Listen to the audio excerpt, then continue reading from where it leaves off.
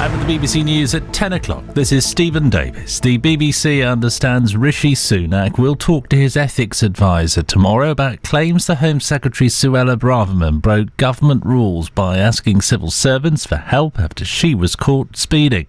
Officials refused her request to arrange a private driving awareness course rather than a usual group session. She later accepted points and a fine. Rishi Sunak has declined to publicly back her.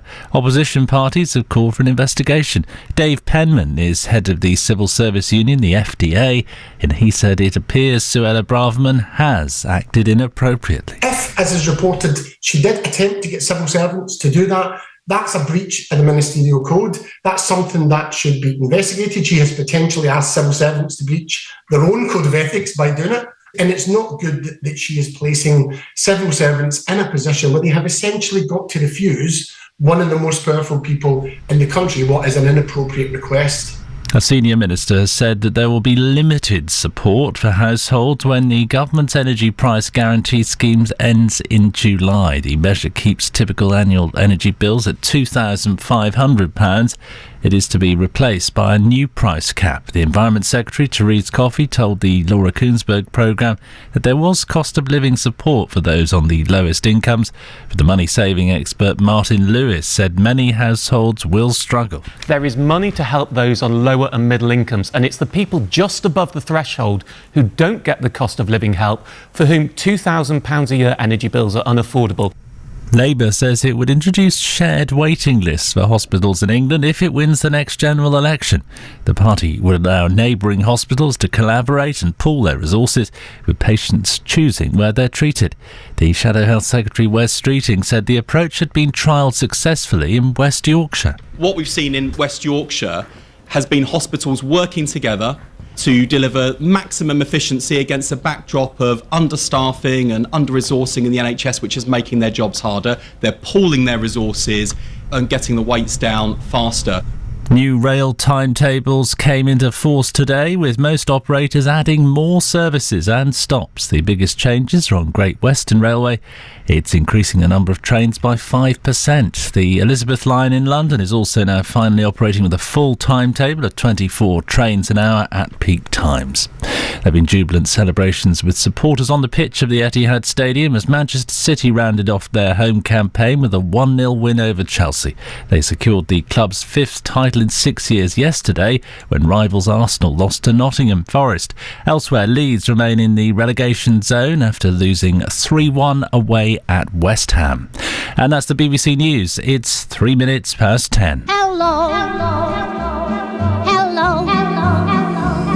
How do?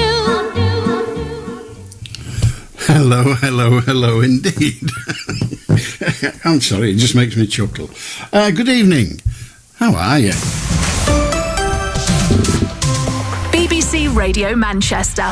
I'm Allan Beswick. This is the Allan Beswick Late Night Phone-In, and 'tis indeed good to be here. It would be even better if you joined us on the phones on 0800 218 2255. We don't do text, we don't do email, we don't even do letters, but who the hell does that? Anyway, we don't do Facebook. Oh, I'm not going to list them all, I'll be here all night. 0800 218 2255. It's an old-fashioned phone-in with an old-fashioned fellow. You just pick up your phone and have your say on the subject that's stuck in your craw, or tell a joke, or sing a song, or avoid poetry as best you can. It drives me... I get pimples on me back from poetry. Weird. Anyway, 0800 218 2255. Pick up your phone, have your say, and who knows where it might lead. After learning this week that the water companies are going to make customers pay £10 billion for no longer filling our rivers with turds, we learned that collectively those same companies are paying £15 billion in dividends to their shareholders. If that's not SH1T, I don't know what is. And as you just heard, it rumbles on the story, does it not? The Home Secretary, Suella Braverman, stands accused of trying to use the civil service to cover up her speeding offence by requesting no fine, no points.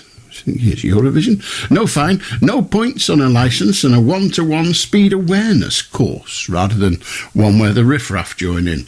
So brave by name, it would seem, but secretive by nature. A duplicitous politician. Who'd have thunk it?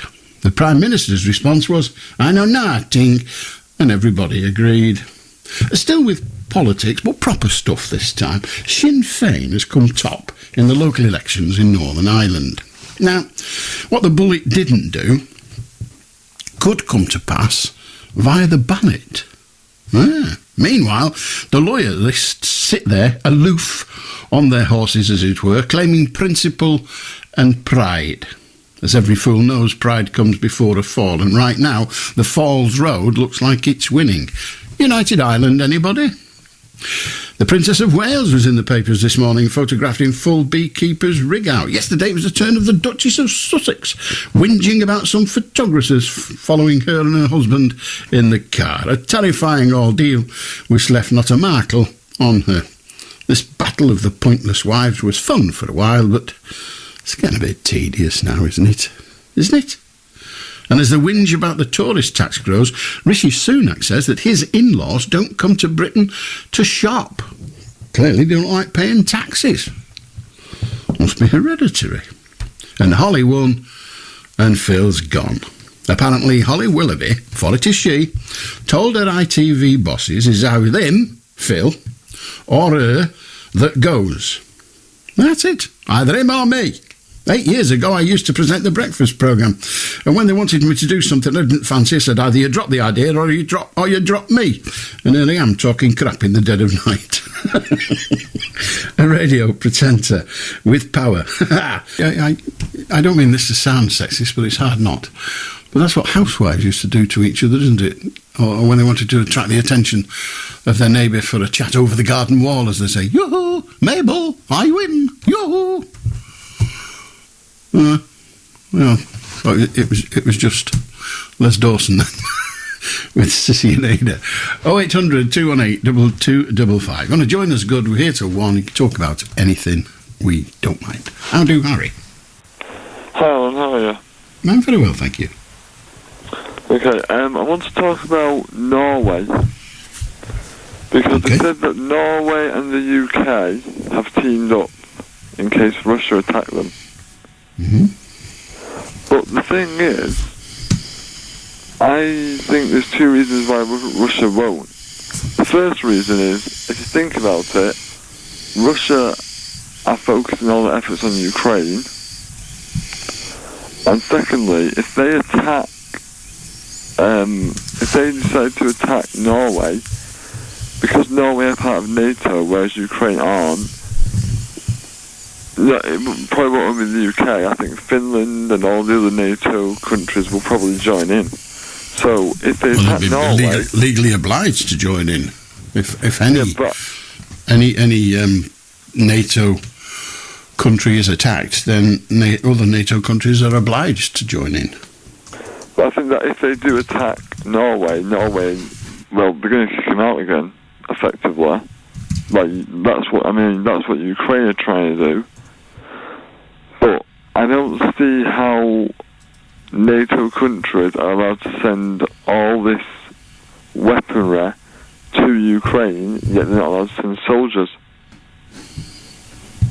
Mm-hmm. So what's the difference? There isn't a difference in one respect, but the UK and Sweden or Norway or any other country that chooses to can form a specific alliance if they wish.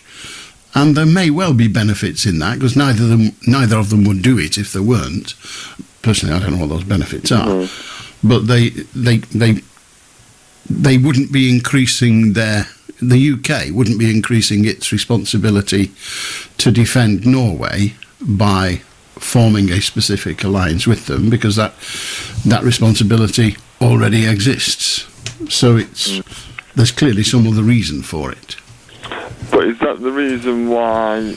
I mean, obviously there's this talk going on about America sending their aircraft. Is that why they can't send pilots also from America to Ukraine? Is that why they're giving Ukraine their aircraft, but it's Ukrainians that have to obviously pilot? Well, at the moment, the United States isn't actually giving aircraft to Ukraine, as far as I understand it. What I understand is that they are allowing people who've bought planes off America to give them to Ukraine. Because when you buy a plane off a manufacturer, if you like, off a national manufacturer, then you undertake to use them in a specific way. And you're not allowed, just because you feel like, to pass them on to somebody else, some other country. So they're yours. And if you did do so, then the supply of spares and everything would immediately dry up. So you wouldn't be able to maintain, the country that got them wouldn't be able to maintain them anyway. And so the current position is that America has said, look, if you've got some of our planes and you want to pass them on to Ukraine, that's fine. We'll even help train Ukrainian pilots to fly them. But the fear of the countries, which means it's going to take at least a year before they're available. So this war's going to go on for a year for them to be of any use to Ukraine. But the fear is that if they get long-range weaponry, such as planes, the Ukraine might decide to attack targets within the Russian boundary. At the moment, they're only defending, but they might think, if we want to win this war, we're going to have to make Russia not want to be in it, and then they might start attacking Russia, and that would be perceived by the Russians as NATO invading Russia. No, hell would let loose.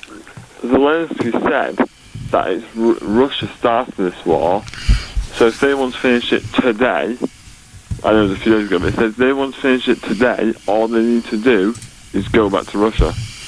Well, if they want to finish it, but they don't want to finish it, they want to win.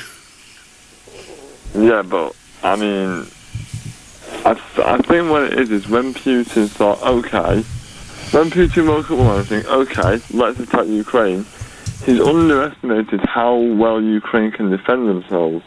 You might be right in that.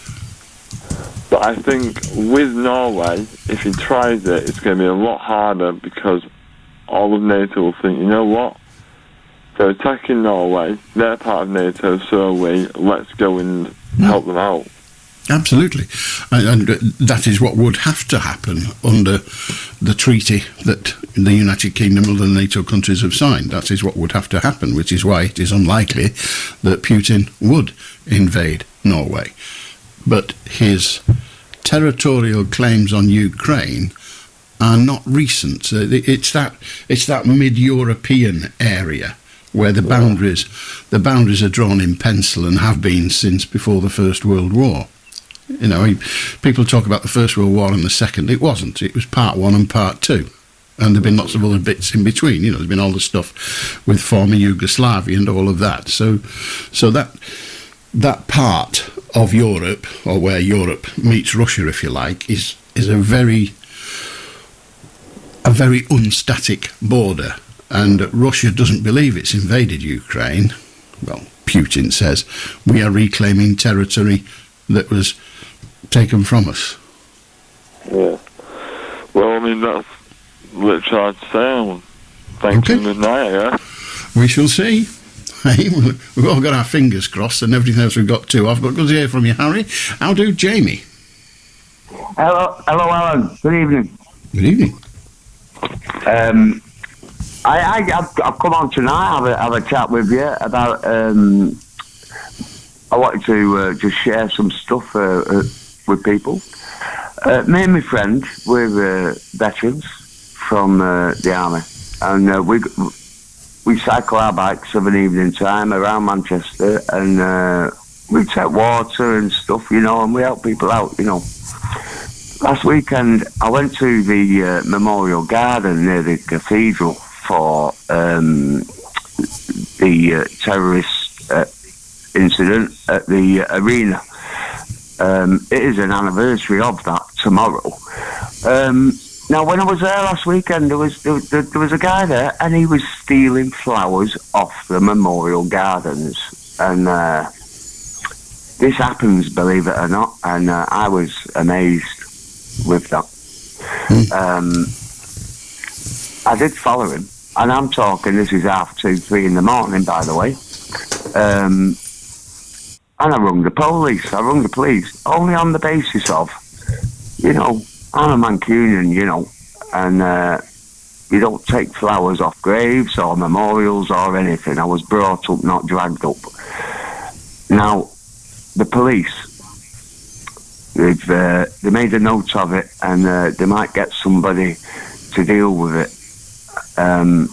This is the city centre of one of the biggest cities in this country, and if we can't look after memorial gardens and places of significant interest, you know, in a big city, what hope have we got if there is any more kind of terrorist incident going on? Do you understand what I mean? Well, I understand what you mean, yes. If the police are not able to control the little things, then the big things get harder to deal with. And there was a mayor of New York that had the same point of view, and he got his police chief to order his officers to crack down on every single tiny offence, and the amount of crime in the city went down substantially. But eventually they ran out of money. And that's New York, which has got a massive police force. So the question is, what would you want them to do? So you say, I'm not doubting you, but you phone them up and you say, somebody's just stolen some flowers off the memorial garden. What do you want the police to do at that point? Well, you know, there's shoplifting for a bag of sweets or something like that. There's shoplifting for potatoes or veg if you're hungry, and you know that's one thing. But to be taking flowers off a memorial garden, which means so much to so many people, not just here in Manchester but around the world, you know. I mean, there is low, and then there's very, very low. You know what I mean? Me personally, I'm sure that many people would say the guy who's robbing flowers off a gravestone or off a memorial garden deserves to have a bloody big book chucked at him, you know, because... You're right, many people will indeed hold that sentiment, and you hear people say it on this programme and elsewhere when graves are vandalised or flowers from graves are stolen, and people get very, very hurt and very, very cross. But it does come back to this thing, well, OK, you call the police, let's say they went round and they caught these guys and they denied it, and the police say, well, we've got witnesses. Now, if they decided to pursue it, my money's on them not doing, but if they decided to pursue it, then it would have a case of it going to court, then you'd be dragged in as a witness and all the rest of it. It'd cost many, many thousands of pounds, because courts do, and then what do you think the judge would do? Send them away for 20 years? Or would he just say, that was naughty, don't do that again? Well, I'm not fully aware, Alan, about what sentencing policy is. However, I'm sure that donkeys years ago, you know, they may have been strung up by some point right next to the cathedral on a big stick or something. But I know we've moved on in society since then. But you know, I think that was 300 or 400 years ago when ordinary people didn't buy flowers anyway. But I know what you mean. I mean, it's damned annoying. It's like when people attack cenotaphs. It's so annoying, and you just think, you animals, why are you doing that? Here, I suspect it wasn't vandalism. It was just stupid theft. You know, some drunk in the dead of night saying, I'll take some flowers home for my wife. Do you know what I mean? He wasn't drunk. He weren't a drunk person. However, you know, there are people who get fined and they get sent and get given custodials for malicious damage or graffiti or whatever. Do you know what I mean? But I think this is a little bit stronger than that. This is you're pulling at the heartstrings of thousands, hundreds of thousands of people in it. It's easy to agree with you over the emotion, but regrettably, I very much doubt that anything would come of it. And you may feel it is a crime against society, and others will agree with you, but it is unlikely that such a charge could be put through a court and be successful. Well, that's fair enough. But with regards to the police, though, Alan, you know, when you do report things to the police and they give you a number and all this, and there'll be a follow-up. Somebody will get in touch with you. Is that? You think? Is that? I was going to say, is that going to be sometime this year or next year or whatever? I mean, they say it, not me. I didn't know. It was a follow-up thing, and I'm thinking. Well, you need to talk to people who've been burgled, and they ring the police and say, I've been burgled, I came back at 2 o'clock this morning, the house has been burgled, the telly's gone, my jewellery's gone, and they said, we'll send you a crime number. And they don't come. I know. That's it's what one I of them hear. things, So I wanted to pinching highlight flowers. to everybody. I wanted to highlight, you know, it might only be a bunch of flowers, but it's where they were and the importance of it, and it is the anniversary tomorrow, I believe. Indeed. I have said many times that all of these memorials and statues and the like, they just create a hostage to fortune. It's just, look at that over there, that can get me hurt. Why have it? It needs some flowers put in there as well, Alan. Anyway, thank you for letting me say what I said. And Jimmy. Have a good night, mate. How do Shafiq?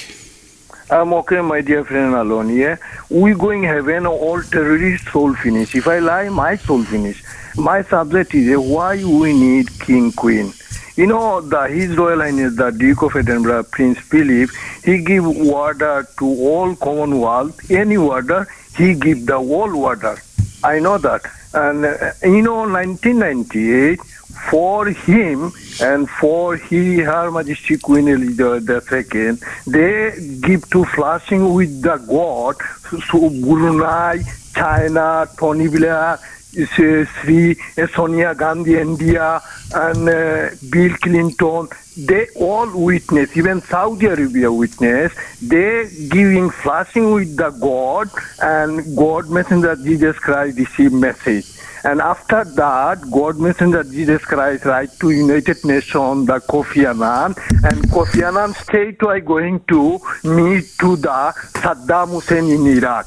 Then after Saddam happy, then Twin Tower gone, then after Jesus Christ went on Saudi Arabia, he write to King Fahad, then Jesus Christ come to Great Britain, give the word. Hang on. Did you just say Jesus Christ wrote to King Fahad? Yes, me. I'm Shafiq, my friend. I know you're Shafiq. Oh, is it you that? So you're not saying Jesus Christ wrote to Fayad. You're saying you wrote to Fayad. My soul. Your phone. My soul, Jesus Christ. You know me last 3-4 years, my friend. I'm shouting to you. How King Charles the Stop shouting. Stop shouting. Good night. How do Ian? What I want to talk about is recently on the BBC, there's a journalist called Sally Nugent.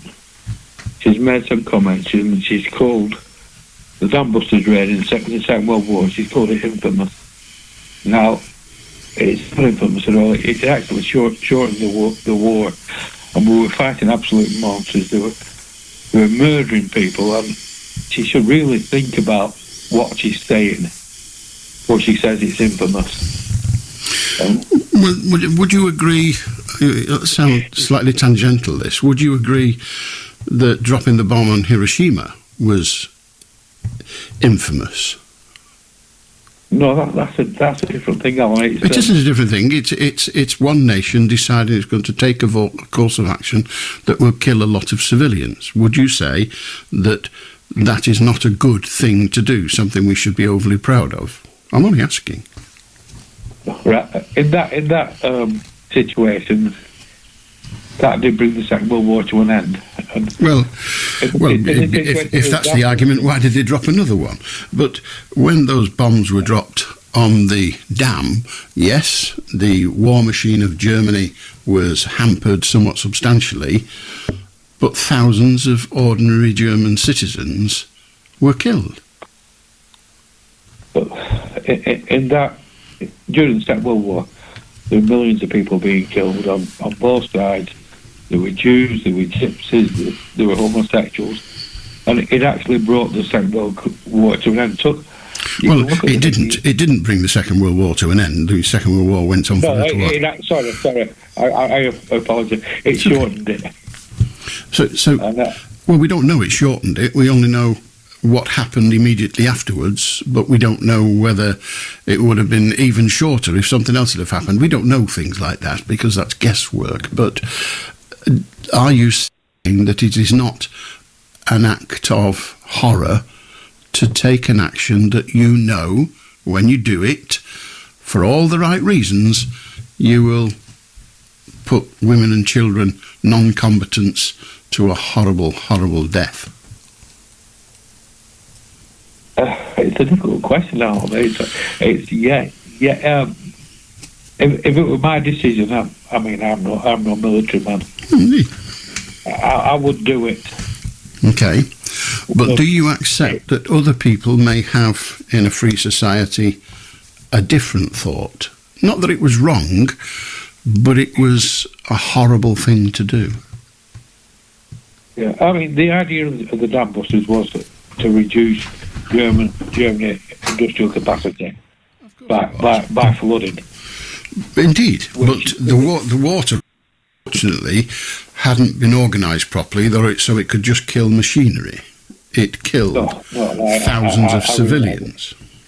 So, you know, is it a thing that we should say, yes, this happened, and we are proud of the outcome? Yeah, but we shouldn't be ashamed of it neither.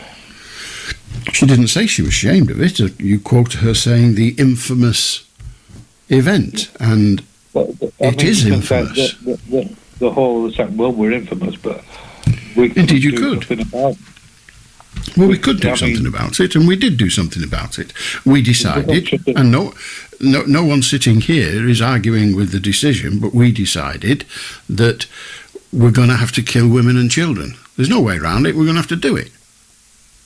Now, we don't have to enjoy it. We don't have to be proud of it. We can regard it as a dreadful consequence of something that was necessary. But, I mean, there's another way of looking at it. There was a lot of bravery on our side by the RAF and the pilots who flew over there. Of course there was. Of course there was. They were incredible. They were incredible. There's no way around that. They were incredible. And some of them lost their lives doing extraordinary things in that event. But what they were doing was dropping a bomb that they knew would hamper the machinery, but it also killed the people that work it. Civilians. Kids going to school. Another way of looking at it was women hanging out in the washing. Was there any other choice? Well, there was another choice. It was,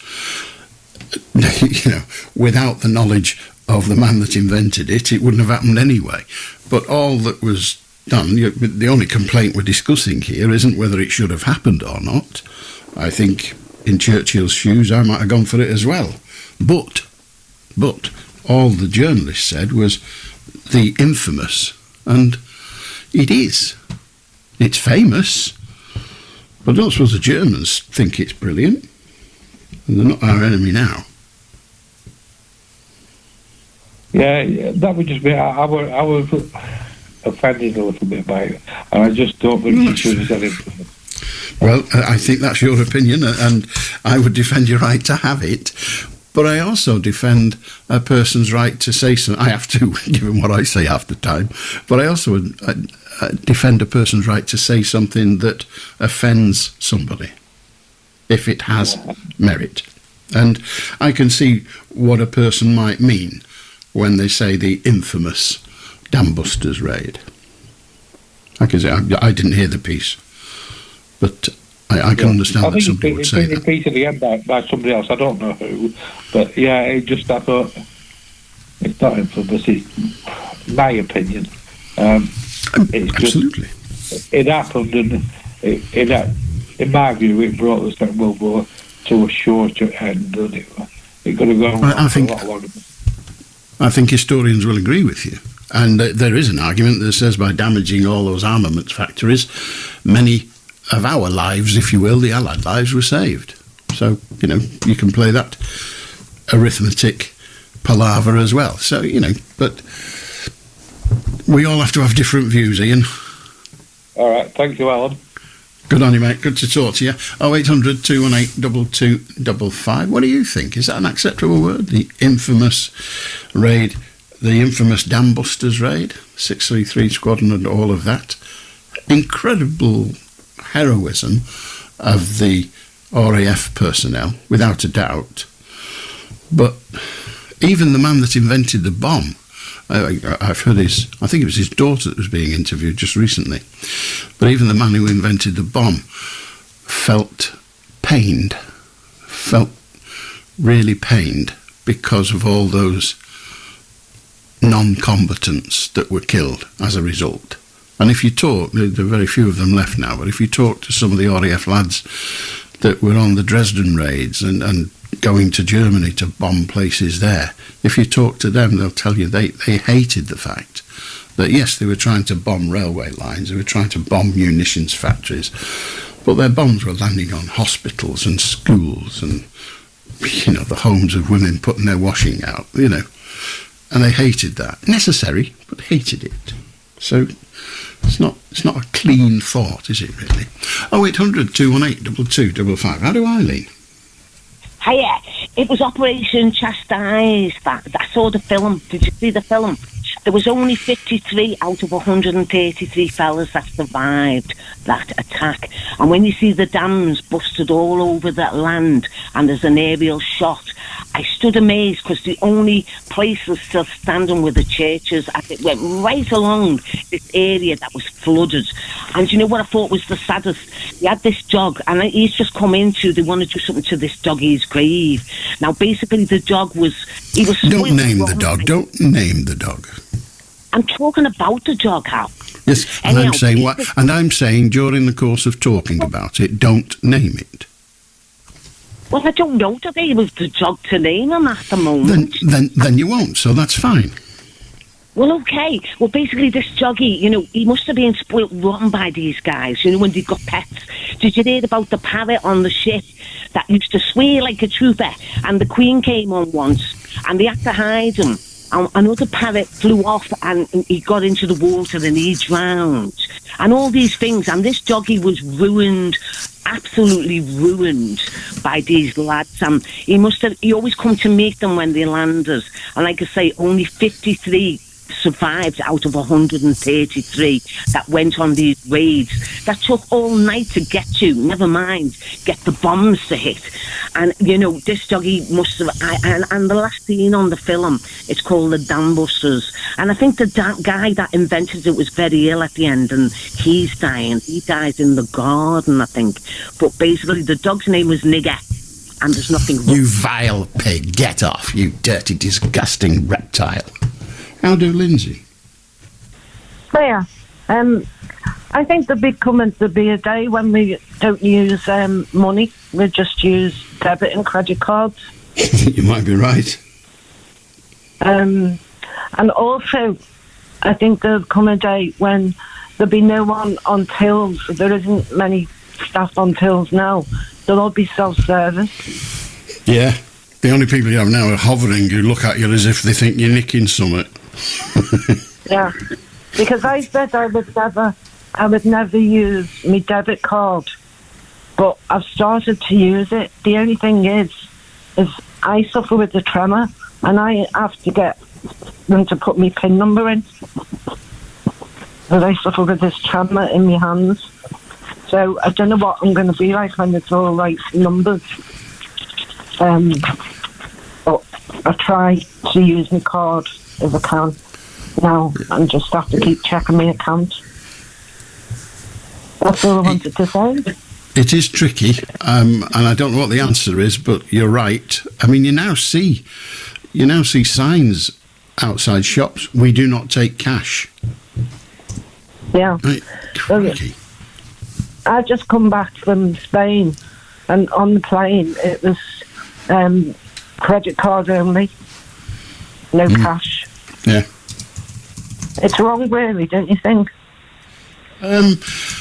I think it's progress. It's not progress I'm overly comfortable with, but it's progress, you know. I mean, I suppose they said the same when we started introducing coins. You know, I used to go in there to buy an apple, and it used to cost me a potato and a carrot. Now I have to give them a piece of metal. What's going on? So, you know, we've come a long way since then.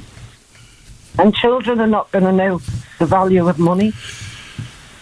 Well, I'm not sure they ever did they? No, I didn't.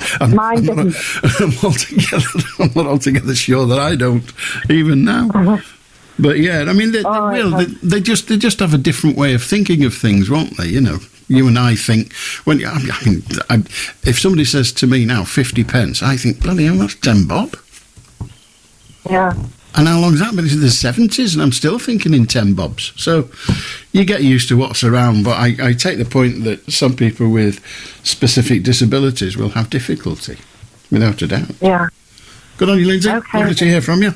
0800 218 2255. If you want to join us, you can. I'll do Anne. Is that me you're speaking to? If you're Anne, it is. Yes, I am. Excellent. What would you like to talk about, Anne? Well, I was listening to the chap that was talking about the memorials and everything. Yeah. When I a few days after I buried my husband, I arranged for everything, and you know, for stones and everything to be put on, and vases and everything. And 2 days later, I went back up to the cemetery to see if everything was okay. And you know, it just shows you what people are like, how despicable people are.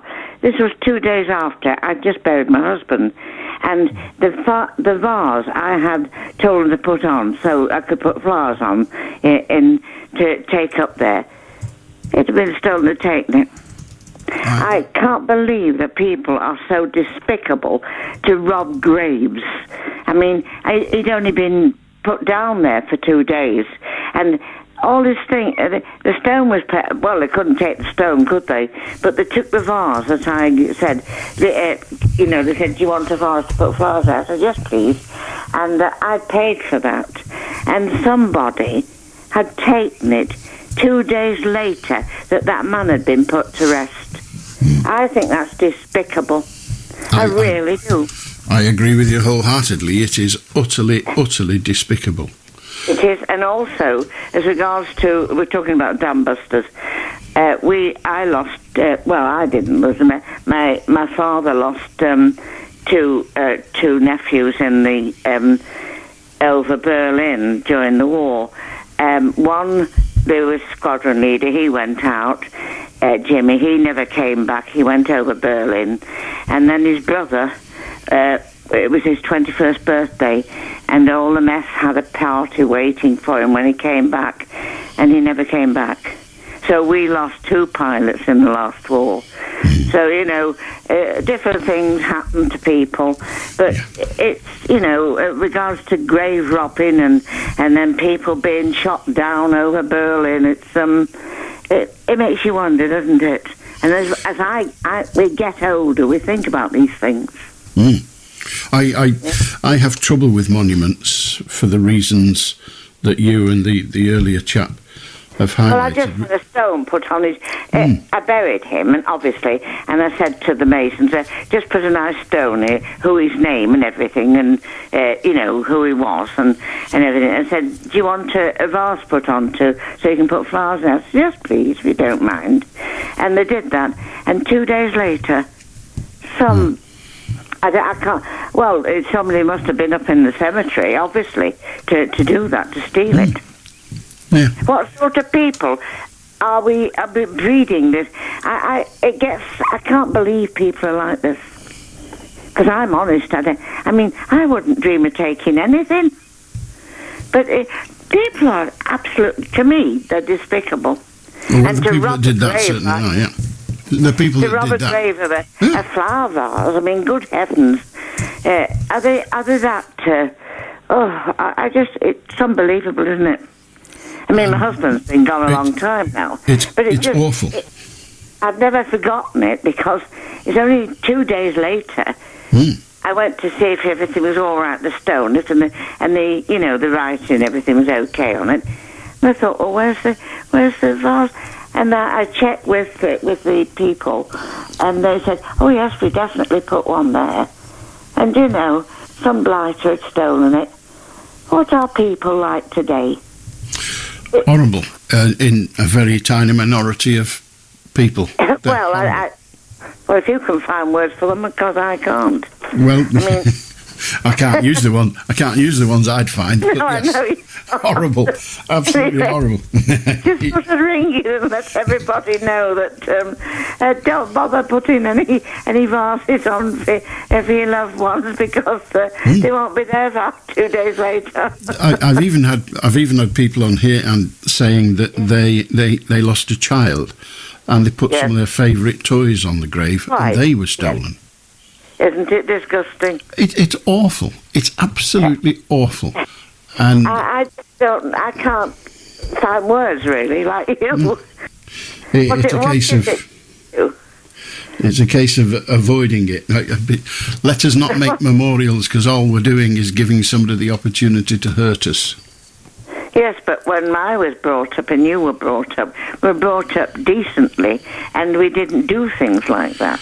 Well, we didn't, but of course, the Uzzies of our world aren't doing it now. It's people that are different to you and I, and those people existed then. I mean, you know, we've just been talking about the war and what happened in the war. The amount of looting that went on after the bombs in this country in the war was phenomenal.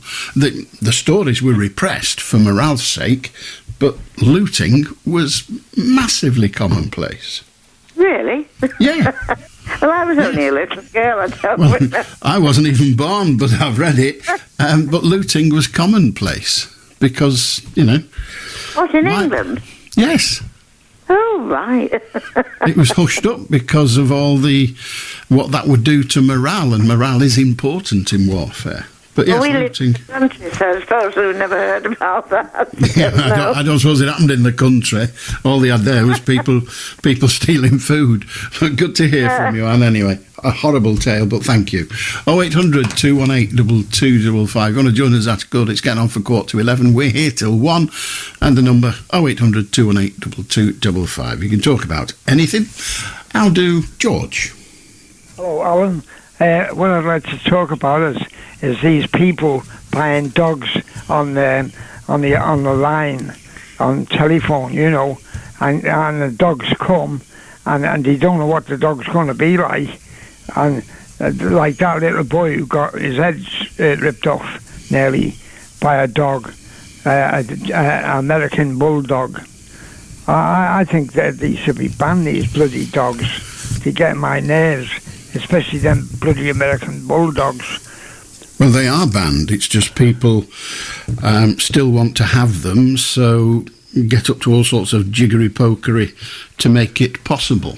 Because the law, the Dangerous Dogs Act, was written in a hurry after a serious incident a good few years ago.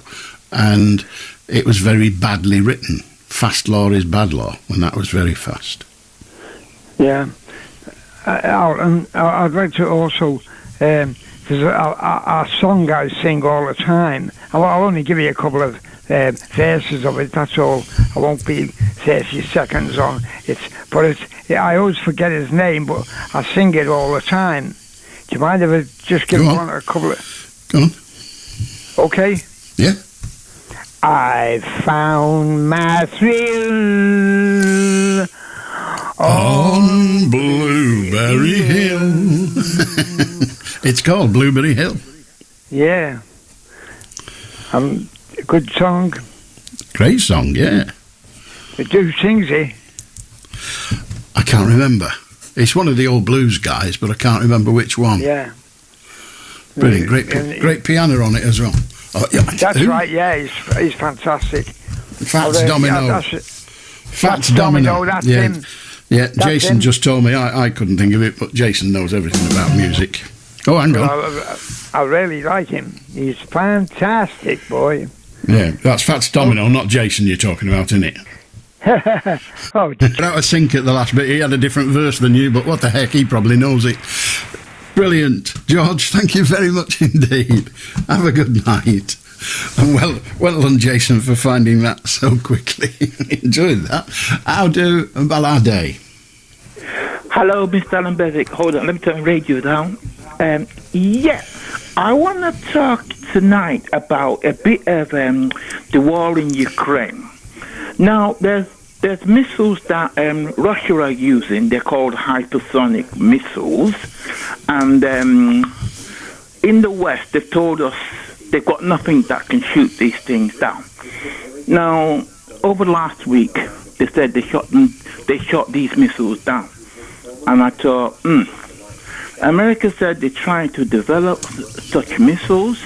They failed. So they couldn't be shooting them down. There's no way they could be shooting them down. So basically, either somebody is lying or somebody else is not telling us the truth of the whole thing.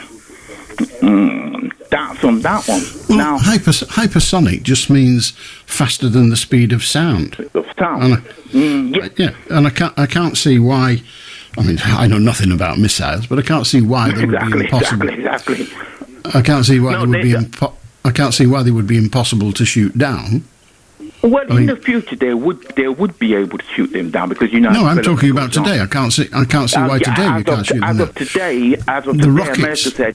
The rockets that are fired all over in various wars all over the world go at more than the speed of sound, and they shoot them down. Why should these ones be any different? Why should they be different? I don't know. But America said we ain't got nothing to shoot them down. And actually, they said the Patriot missile, which they used a lot in the Iranian war, when actually said that was crap anyway, really. And so basically, they lied to us about that. Now, that was great then, but it's not great now because they're using it now. Well, it's not really all that good. We've just noticed that. And I thought, well, you must have noticed that for the last 10 years. So that's another one that they can't use. And the other one I want to talk about was this thing about the BRICS nations and de-dollarization.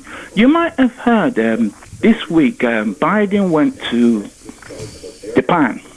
They had a G7 summit, and he had to go back home because he was supposed to go to Australia and somewhere else, but he had to go back home because they're talking about the debt ceiling not being sorted out, and they have to sort that out because they said America might default on its balance of payments, and if that happens, it could have a knock-on effect for the rest of the world.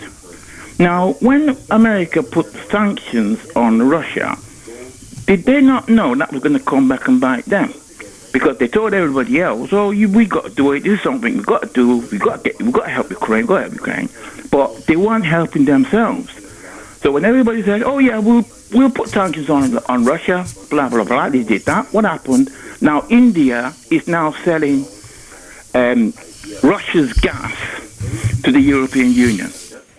That's just great, isn't it? That somebody else that didn't have, in the beginning, they didn't have that at all, but they're now selling all of Russia's gas to the European Union. Plus, you got de-dollarization going on there, where how do they get it here? Well, that's the whole thing. They made some kind of deal. We don't know. We're not privy to this thing. They made some deal. But if somebody says, if you say it, I'm not doubting you because I don't know. But if you're saying that India is now selling Russia's gas to Europe, how are they getting it here? Yes, they are. No, I'll keep asking the question until you address it or say I don't know. How are they getting it here? That's the thing. I don't know how they're doing it. But it's in the news that... And what makes you believe that that's what's happening then? Because in order for India to sell it, they'll have to buy it, so they've... Yeah, they are buying it, the whole thing. Well, that's fine. So maybe they buy it and it gets sent to India. Now, there isn't, as far as I'm aware, a pipeline There isn't a pipeline, as far as I'm aware, from India to Europe. I don't know, but I don't think there is. I think the whole thing is that... And they couldn't buy it off Russia, but have Russia deliver it to Europe via the pipeline, because the pipeline's closed. So how are they getting it here? What's happening? Somehow India is buying it. Now India is now refining it and now saying it's something else because it's not the oil and gas they got off Russia in the first place. It's now processed oil. So they're now selling that, and they probably said, "Oh, this is ours. We're selling it." So they're not selling Russia's gas. They're selling something that's been made from Russia's gas. Yeah, exactly.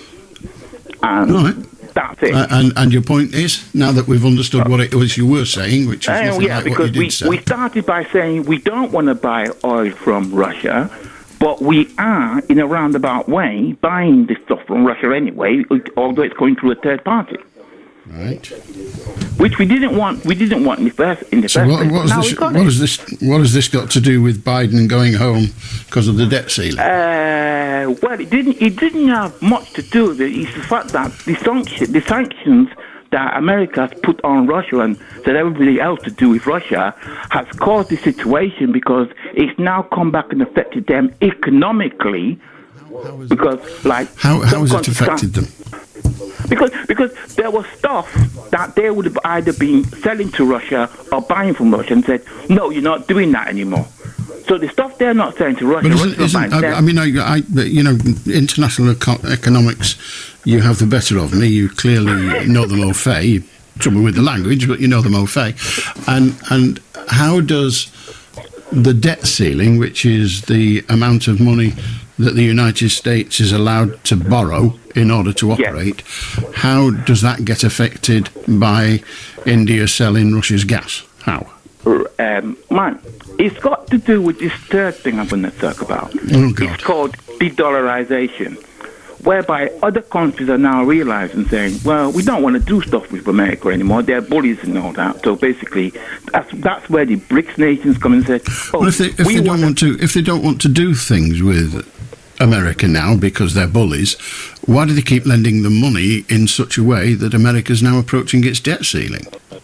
That's really funny. But it's not funny. It's a serious question. It's not funny. It's very serious. I mean, if they won't want to do anything with them, why are they lending them billions and billions and billions and billions? Indeed, I believe the word is trillions of dollars. The whole thing is that they're doing it because it pays them to do it, because they're going to get into America. Just a minute. So when you said they're not doing it, you're now giving me the reason why they are doing it. No. Well, a moment ago, you didn't. They were lending money at first, but and now they're not. Now they're not. So if they're no longer lending money to America, how come America's approaching the debt ceiling? Who are they borrowing the money off if nobody's lending it to them? Well, that's what they're never going to tell us. They're never going to tell me and you. No, well, they're not going to tell me and you, and yet here's you telling me. It's been interesting. Have a good night. How do Lily? Hi, Alan. Michael's not as political as that. Wow. We've had Eurovision in Liverpool, and it was a great success. It was. Not a lot's been said about this up-and-coming weekend. A little piece in the Echo. But we've got the Battle of the Atlantic Russian Convoy 80th anniversary coming up this weekend. Yeah. And I'm so proud of it because my grandson's had a lot to do with organising it. Yes. So I've had little snippets along the way this last couple of months about what's been going on. And I've not been able to say anything because I'm a proud grandma. But my dad, I've got his medals on the wall. And there's not many of them left now, Alan, is there? Who was in... No, there's not. There's not. Convoy. I mean, it's just natural causes that has taken them, like my dad. You know, you reach 100 years, you're lucky. Yeah. Have you been... No, my dad was a soldier. Have you been to the war room, you know, where they plotted... I'm you've got to... now. Right. I can't get round very well. Yeah, it's like the ships that's coming in. I can't even visit one of the ships that's coming in convoy on the Mersey. If the weather's nice, I might be able to get down for the fly past of the Hurricanes and the Spitfires. Oh, fabulous. If the weather's favourable. But he never met his great granddad. But everything that my dad did, it was in a book called, I think I've spoke to you about it before, HMS Tenacious. I think I spoke to you once about that many moons ago. Dad was on that ship, HMS Tenacious, when Tokyo Bay. Well, And through reading that book, as my grandson was in the Sea Cadet, it gave him an insight of what he wanted to do with his future career. He became a Navy officer, and all these little bits are part of his job description now. And this is one of his proudest moments. And another thing I'd like to talk to you about, Alan, is we streamed that £10 pond. Have you watched any of? There've only been one so far, but yes. Yeah, my daughter streamed it on Apple TV, is it? Oh, right. Well, it might have been. I've not streamed it. I've only watched it as it comes on the telly. Yeah. Oh, well, I won't have done that. There's no way I would have done that. But it was on at 9 o'clock tonight, wasn't it? What did you think of it? Don't tell us what happens, because, you know... No. Again, it holds our memories, because that was another thing we were going to do when I was 15. Mum did not have any surviving relatives. Her mum had gone. So she said to Dad, who'd finished the war and got a lorry driving job, let's go. You know, there's nothing to hold us back. They're after new families. Paid the £10, on our way. Final papers to sign. We were off in the May 1965. And I can always remember the beautiful dresses she had, because she liked dancing, because it was a 5-week trip on the boat. Yeah. So exciting. And then he went out in his lorry in the February and had a smash on these flanks at Carmill and lost one leg. God. And then 2 weeks later, his other leg came off with gangrene. So we never got to Australia. And watching that tonight, and the hopes and dreams and aspirations of other people, it brought a lot to me. You know, as a 75-year-old person now, to the way we would have been treated. Now other people got treated, but it is good to watch through. Please watch it, Alan. Yeah. I have it. I will watch it all. It was written by a pal of mine, so I will watch it. Right, okay. Well, I say a pal. I've not spoken to him in years, but we worked together on a drama panel. Danny Brocklehurst, and he's a great writer now. Yeah, I've heard the name. Yes, I have heard the name. Yeah, but do watch it. It was very good, and look out for this weekend's event. Thank you, Alan. Good on you. Thank you very much, Lily. Have a good night. 0800 218 2255. If you want to join us, that's good. I'll do Tony. Hi, Alan. You okay? Very well, thank you. Good. There's a programme on the TV at the moment called Steel Town Murders. BBC. Phil Glenister, good actor. You know him? I don't know him. I've met him and interviewed him, but I don't actually know him. Okay. He was in Life on Mars as well. Great programmes. But what I'm going to get to is this programme tonight. It's gone 40 years about DNA. It's going to take, it's a true story based on 3 girls who were murdered and raped in Wales. And all he's trying to do is get DNA off for everybody in the village. Or the community.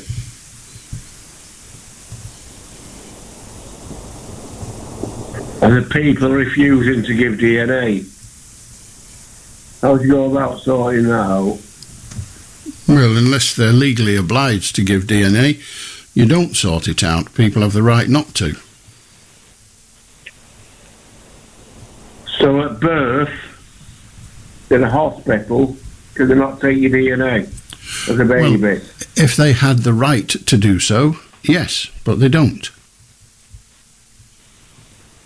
But why is that not law? Because the politicians have not yet decided to make it law. Because it would be an infringement on people's freedoms. Right. babies haven't got freedom, they've not got a clue. Babies are human beings that have natural rights as human beings, that we, as the older human beings, look after them until they're old enough to defend them themselves.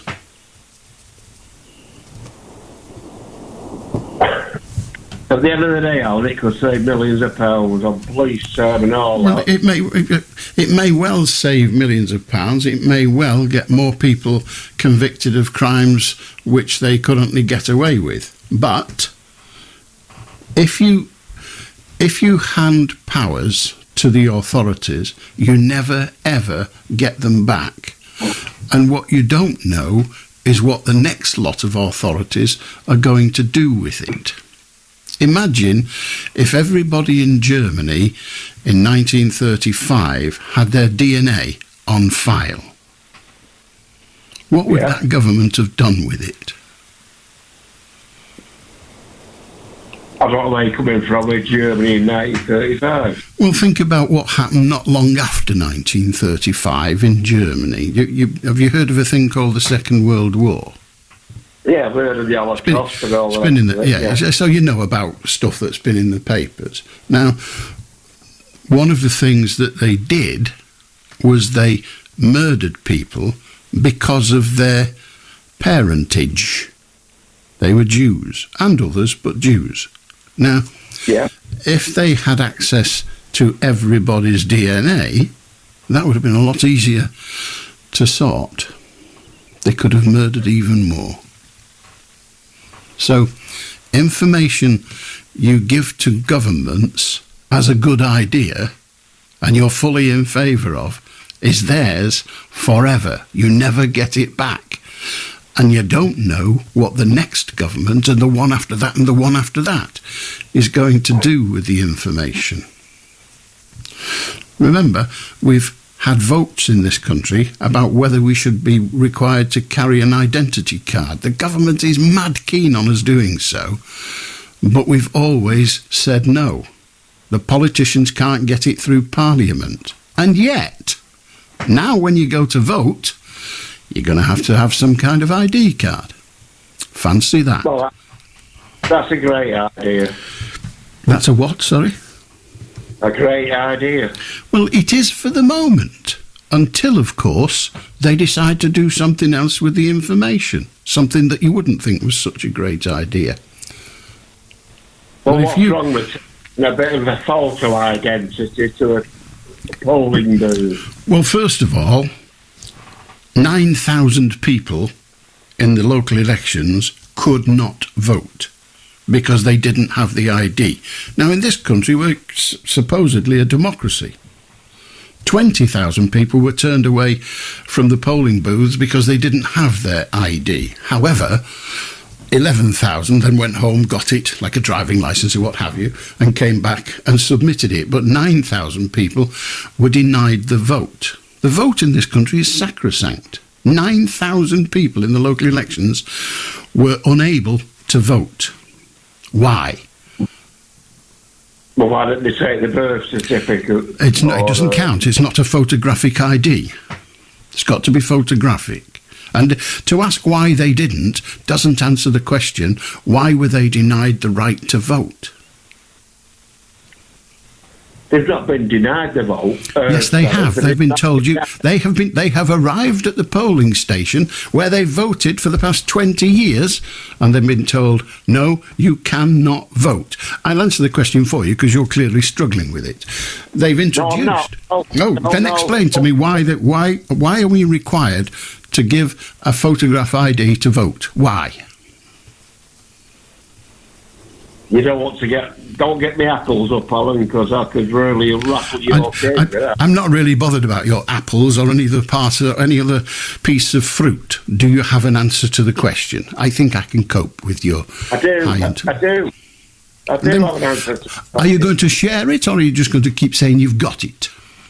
I'm going to say people go under different names and keep voting. Tony, how many cases have there been in the past 20 different elections? How many cases have there been of people? The word you're looking for is personating. How many times have people been found to be personating in the past 20 elections? I'm sorry, Alan. What does personating mean? I just told you what it meant. You were telling me people were going to vote in other names. That's called personating. Yeah, that's what I mean. Multiple votes. Well, that's what the word means, personating. Now, how many cases of that have there been? Lots. No, there haven't. Buy a book, read it. Good night. How do Ted? All right, on, kid. You know, psychiatry, Alan, you were a psychiatric nurse, weren't you? I was. Well, in psychiatry, if you hear voices, you're classed as mad.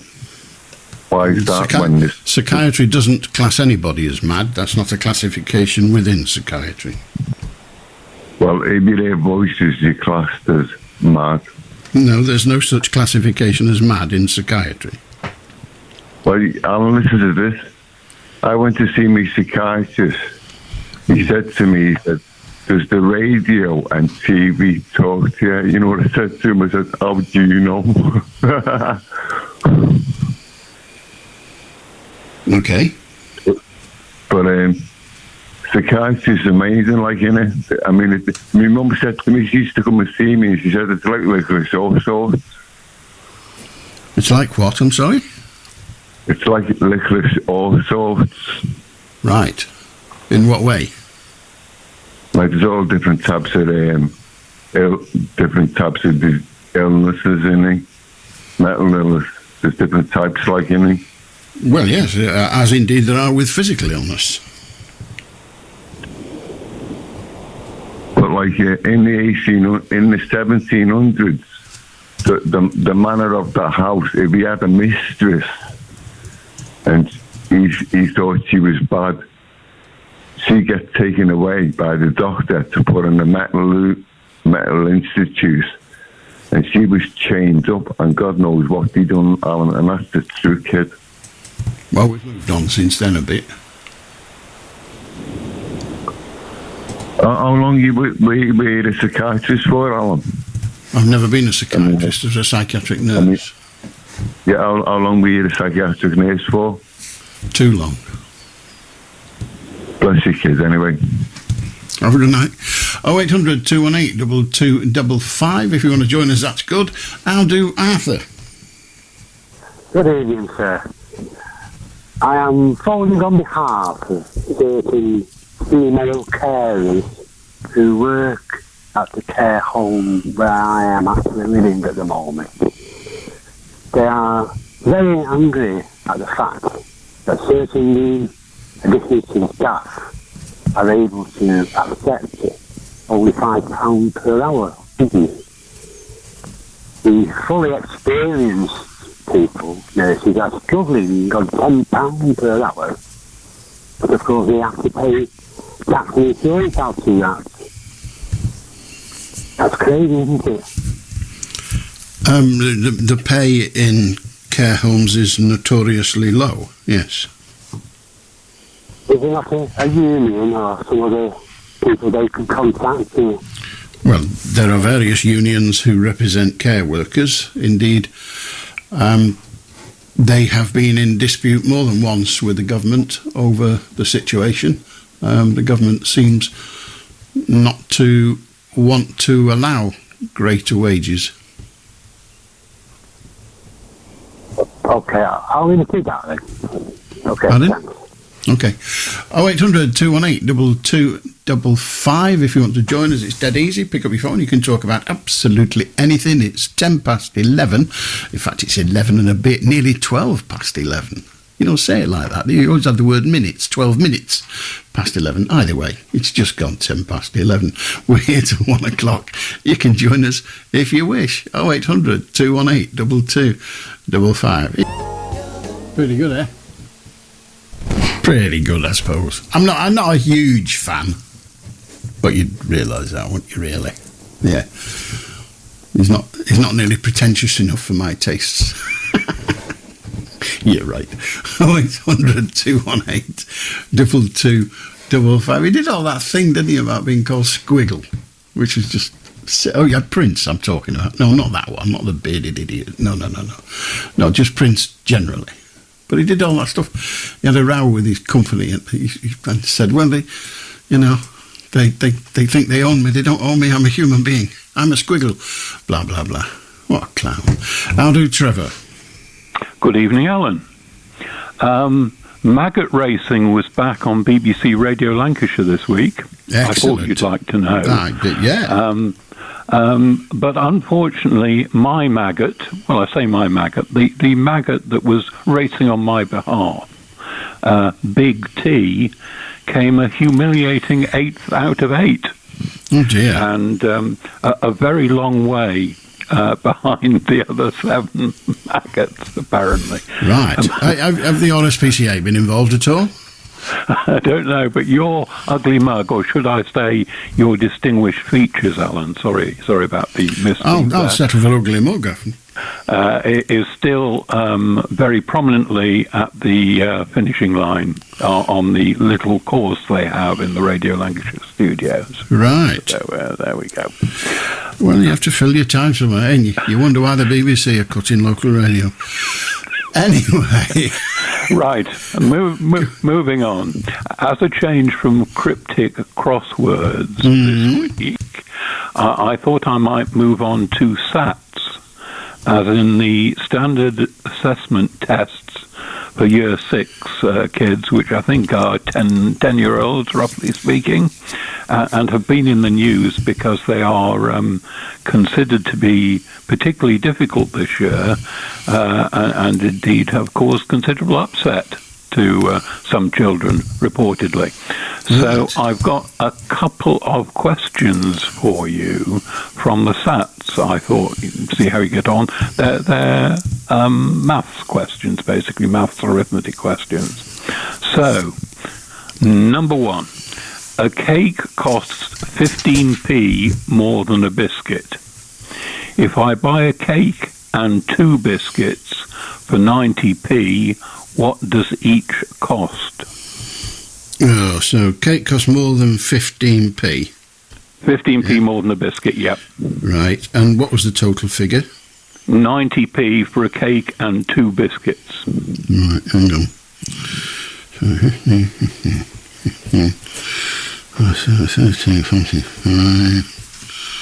So, is it 15p and 30p twice? No, that's not enough. No, it's not. That's not enough. I'm afraid it isn't. No. I got that wrong in that case. Go on. It's 25p for each of the biscuits and 40p for the cake. Yeah, and I got that in the end, but go on. Oh, sorry, you were just about to give the correct answer when I... No, I don't think I was. I was just recalculating. The second one, there are only 2, you'll be pleased to know. 60 minus 42 divided by 6. 60 minus 42 divided by 6. Well, it doesn't go straight, does it? If you take 60 from 42, first of all, what do you get? Well, you'll have to set 40 from 62, won't you, really? No, 60 from... 42 from 60. Right. What do you get? Well, you get 18, don't you? You do. And if you divide that by 6... And you get 3, yeah. There you are. Well done. Right. And that's what they're testing 11-year-olds on? Yeah. Bloody hell. There we are. Now then, I've got a couple of stories that entertain me and might entertain you. Who knows? I'll go first. It doesn't usually happen. Yeah.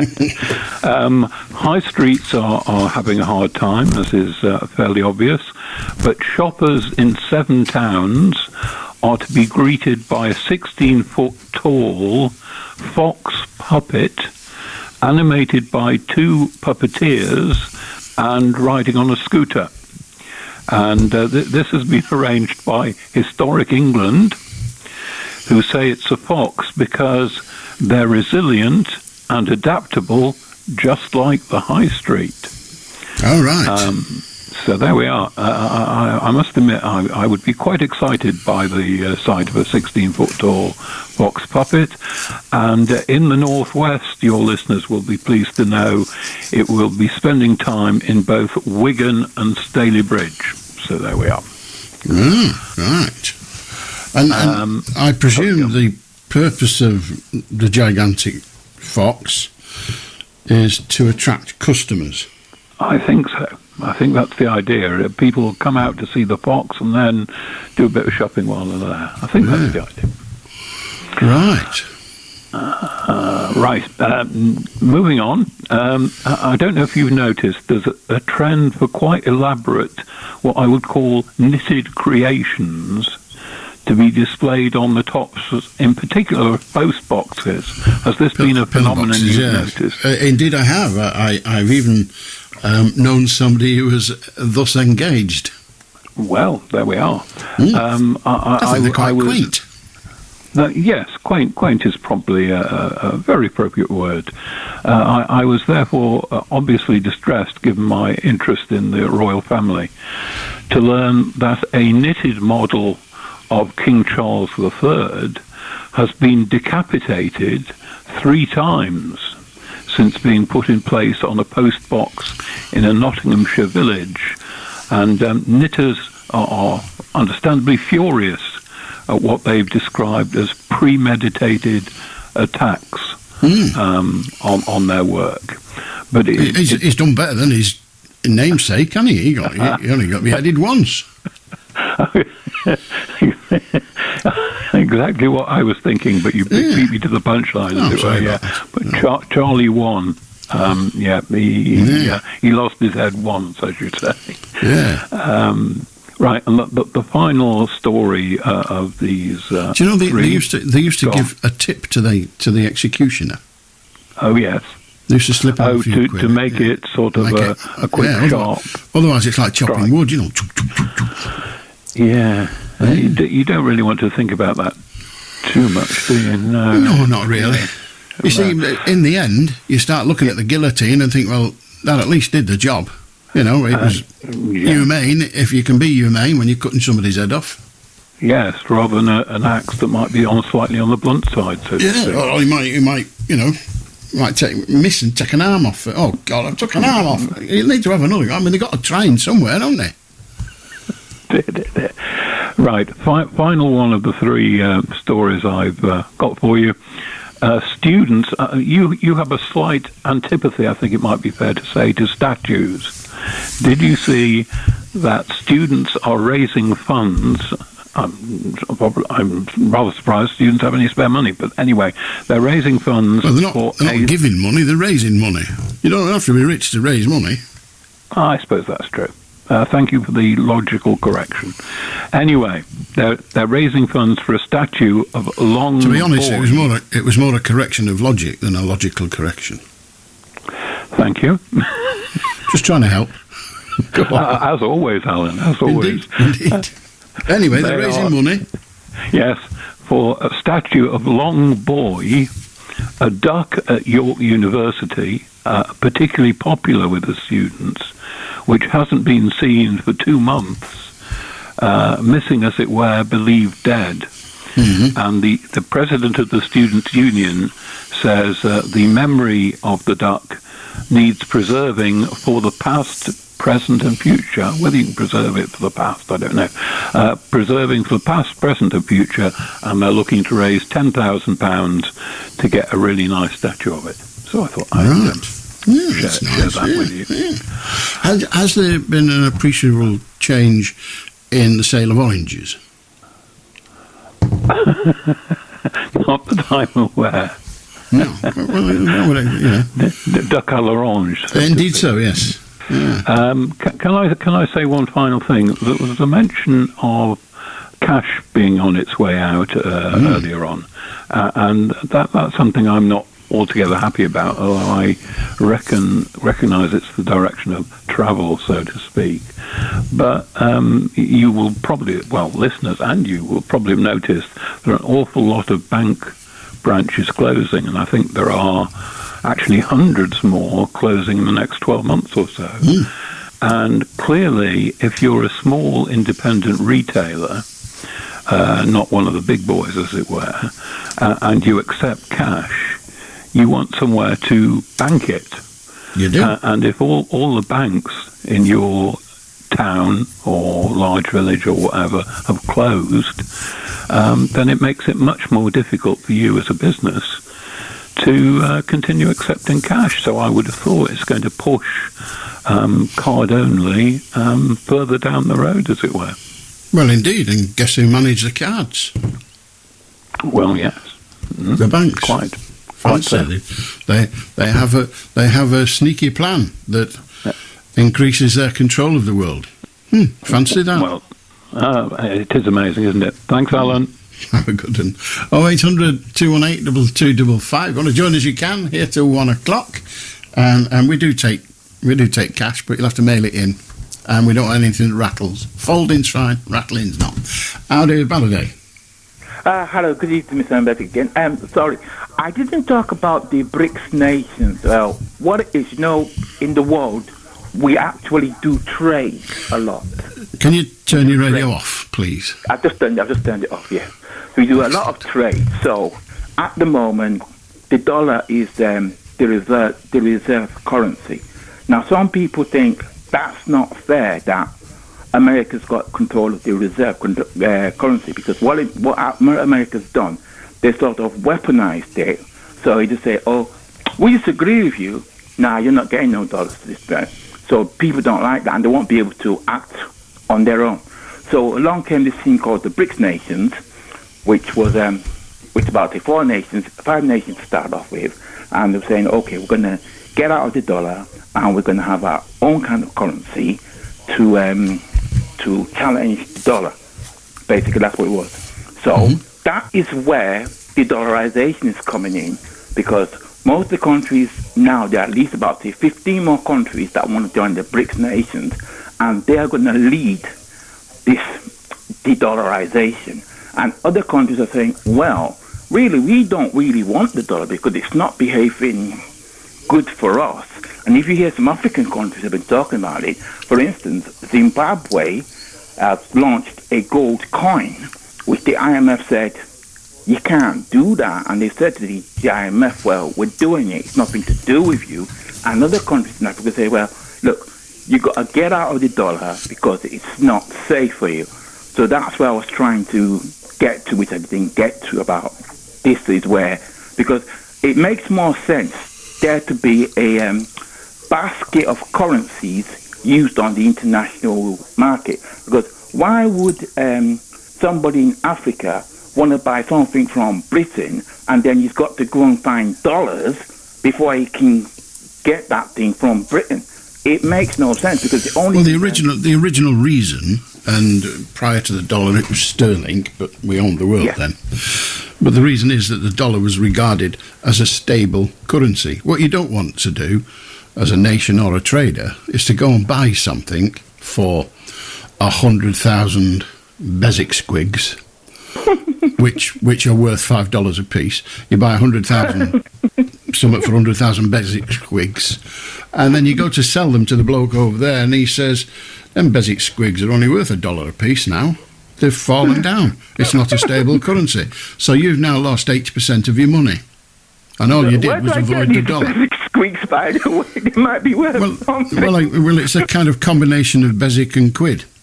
And that way there's little chance of me offending somebody else's currency.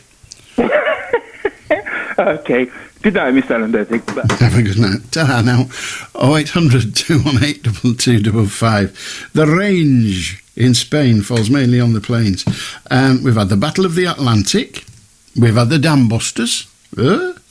Why are Norway and the UK in unison? The answer is they have been for donkey's years. I looked it up. Donkey's years in trade, in culture, and in defence. Been like that for ages. It's not new. Why do we need royalty? Somebody said. And nobody came up with an answer. What else have we talked about? Buying dogs online. That can lead to all sorts. And ID cards and voting. We get about a bit. And international currency. And giant foxes. And a stolen duck. I know a joke about a duck, and I'm not going to tell it, because it'd be a resignation issue. How do Bill? Hi, mate. I just wanted to say, some years ago, I was in a situation where my wife had dementia, and I was miserable as sin. And I just listened to your show late at night when she was asleep, and I took some comfort from it. And I had the occasional rare chat to you, and it made me feel really good. Oh, well, it made me feel better anyway. Anyway, just years afterwards, tonight I just flicked on your show for some reason or other, and there was you with your characteristic Warrington voice, and I think your regular correspondent, Trevor, that took me right back to the day. And even though I was miserable back then, I still made me feel good to think you're still going and probably being comfort to other people. So I just want to say, well done you, and thank you for what you did for me. All right, my pleasure. They pay me. Have a good night, Bill. 0800 218 2255. We was talking about the American dollar, which I know little about. I've just bought some Canadian dollars, and that hurt, because they've got to last 3 weeks, and it hurt like hell. But I know nothing about America, really. I've been there. It was nice. Been there 4 times, I think I've been to America. What a show-off. Did the East Coast, did the West Coast. Never once, all the time I was there, I tried. I'll tell you what I did try. I tried on the coast of Maine. I tried a lobster roll. It's all the rage, all the shops, all the cafes. Lobster roll, best lobster roll, second best lobster roll, better lobster roll than his. I got some lobster roll, it was bleeding awful. So I'm not having that again.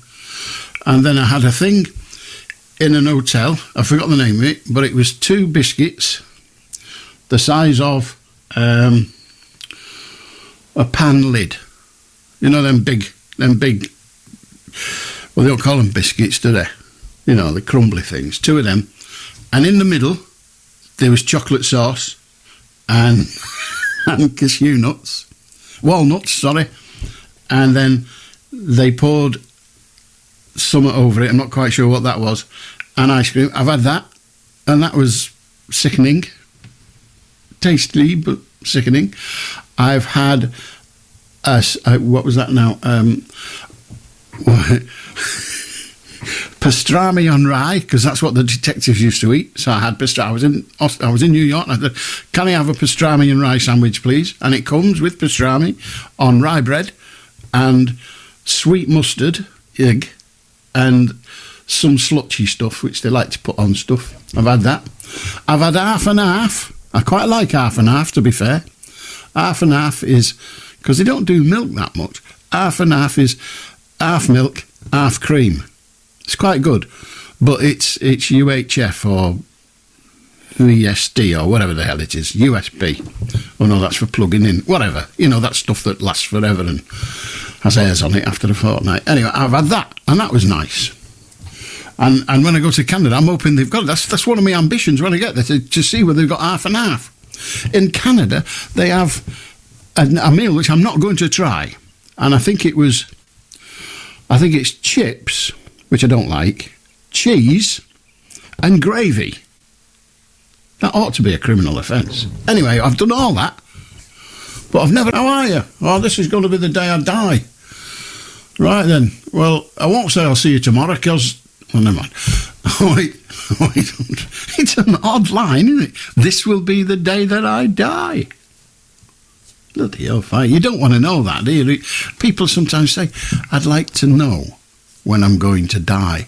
And you think, well, yes, you would now, but you won't be right keen on it on the day before. Oh, that's one of the things about being condemned in the condemned cell. They know exactly the time, let alone the day. They know they're going to die at 8 o'clock on, the 21st of May. And they have all that coming. And then they even have guards with them. In this country they did. Anyway, they had guards with them so that, and the phrase used, so they didn't commit suicide in order to cheat the hangman. That was the expression they used. cheat the hangman. You know, you as a state are not going to tell me when I'm going to die. I'm going to die when I want to die. Whoa, man, how do we get into that? I have no idea. 0800 218. I do like to cheery subjects. 0800 218 2255. How do Stan? Hi, Alan. I won't keep you. I'm not one for complaining. I'm 87 and I've made 2 complaints in my life, so I'm not one who finds fault, etc., etc. Okay. And I went in a restaurant, and it's a well-known restaurant, and a lot of them are open plan. And with COVID, I'm still not happy with it, so I tend to sit in a corner, get out of the way. Plus the fact that I don't like being near a kitchen door or where they're going past at 90 miles an hour serving food. So when I went last Friday, it's been sort of 6 months of this tree. I sat in the corner there, and while I'm having my lunch, there's a couple of workmen come in, and they were obviously workmen, which, all right, I've done my time. But one of them sat down, and then he disappeared in the kitchen. And so, as I say, I'm eating my food, and if it had been a cafe, I might not have picked it up, because cafes are cafes, aren't they? So I sat there, I finished my lunch, and then another workman came in, and he disappeared into the kitchen. Now, if they were doing a job, urgent job, if they got to go in the kitchen, they go in the back door, not, where you're having your food. So I thought, I weren't happy with it, I weren't uncomfortable. So when I'm coming out, I paid my bill, and she said, are you satisfied with service? I said, service and food satisfactory. I said, but I'm not happy with hygiene. She said, what do you mean? So I explained to her. So she said, well, whoever's in charge today, they're in making meals. So she said, they haven't got time to come out. I said, well, it's all right. I've got time. So I sat on the stool near the bar, and I said, I'm here till they shut. So 2 minutes later, this young lady comes out, and I explained to her, and you know what her answer were? They're friends at family. I said, that doesn't make no difference. I said, friends at family. I said, and another factor, I said, I'm not on internet or anything like that. It won't be going up on notice board. I said, but, I said, I'm only one. I said, and if you don't come in again, he said, you won't know any difference. And she just sort of casually brushed it to one side. And I felt, I didn't feel uncomfortable, but I thought, why am I wasting my time, How would you feel about that, Alan? What would your opinion be? I don't know. I probably wouldn't have noticed, and no. but I don't think it would have bothered me. But I can understand why it might. I'm a fairly, who cares, I mean, if ever you've been in a professional kitchen, they're filthy anyway. No, they are. Chefs are disgusting. I used to know a restaurateur, a woman who owned a restaurant on the outskirts of Ormskirk that was very, very popular, and she always employed female chefs. And I said, why always female? And she said, because all the male chefs I've employed are dirty pigs, and I've had to get rid of them. Oh, yeah. I know. Honestly, I mean, what goes on in kitchens, you hear all about the hygiene. I mean, you watch them on the telly, and you see the food comes to the pass, as it's called, where they serve it, and they put it under them lamps to keep it warm. And you think, why am I paying 10 quid for food that's been kept warm? My mum used to keep my dad's dinner warm when he was home late from work, and he didn't like it, but he didn't have bloody pay for it. And you see, and they clean all the equipment, but they have a bloody jar with spoons in, and then they pick the spoon, taste the food, chuck it back in the jar. What? Honestly, if you went into some of these kitchens, you'd never eat out again. So once you've accepted that they're going to be not to the standard you'd want, you're stuck with it. I understand what you're saying, but I was just annoyed after when I thought about it. How laid back she were about it. You know, not even a little bit of an apology or anything. You know, and I'm one of these people.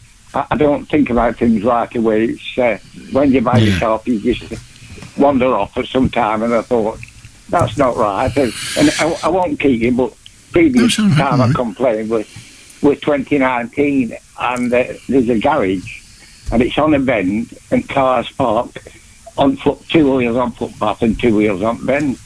So I went to the local police station and I mentioned it, and I said there's an accident there waiting to happen.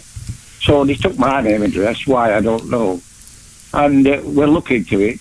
We'll send one of these species down, you know, got no to get it. Anyway, nothing never happened about it. So then, to add insult to injury, the breakdown wagon was parked fully on footpath. So I won't county council up, I won't local up first.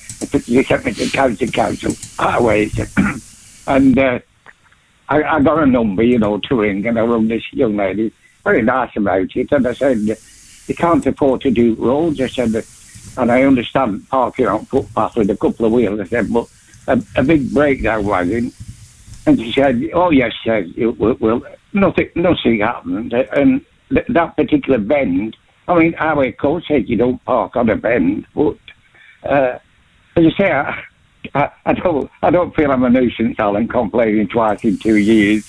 In 87 years, I think you should be struck off, mate. Should be taken out. Here's that moaning old bugger again. Take him outside. What about guillotine? I'll tell you what, you know. Guillotine, that's what you need. Guillotine, that'll shut you up. Yeah, what do they do with it? Do they chop firewood when it's not in use? Guillotine. Good on. Thank you, Alan. And you, Stan. Have a good night, mate. Two complaints in all them years. If we don't get 5 a week, we don't think we're doing it right.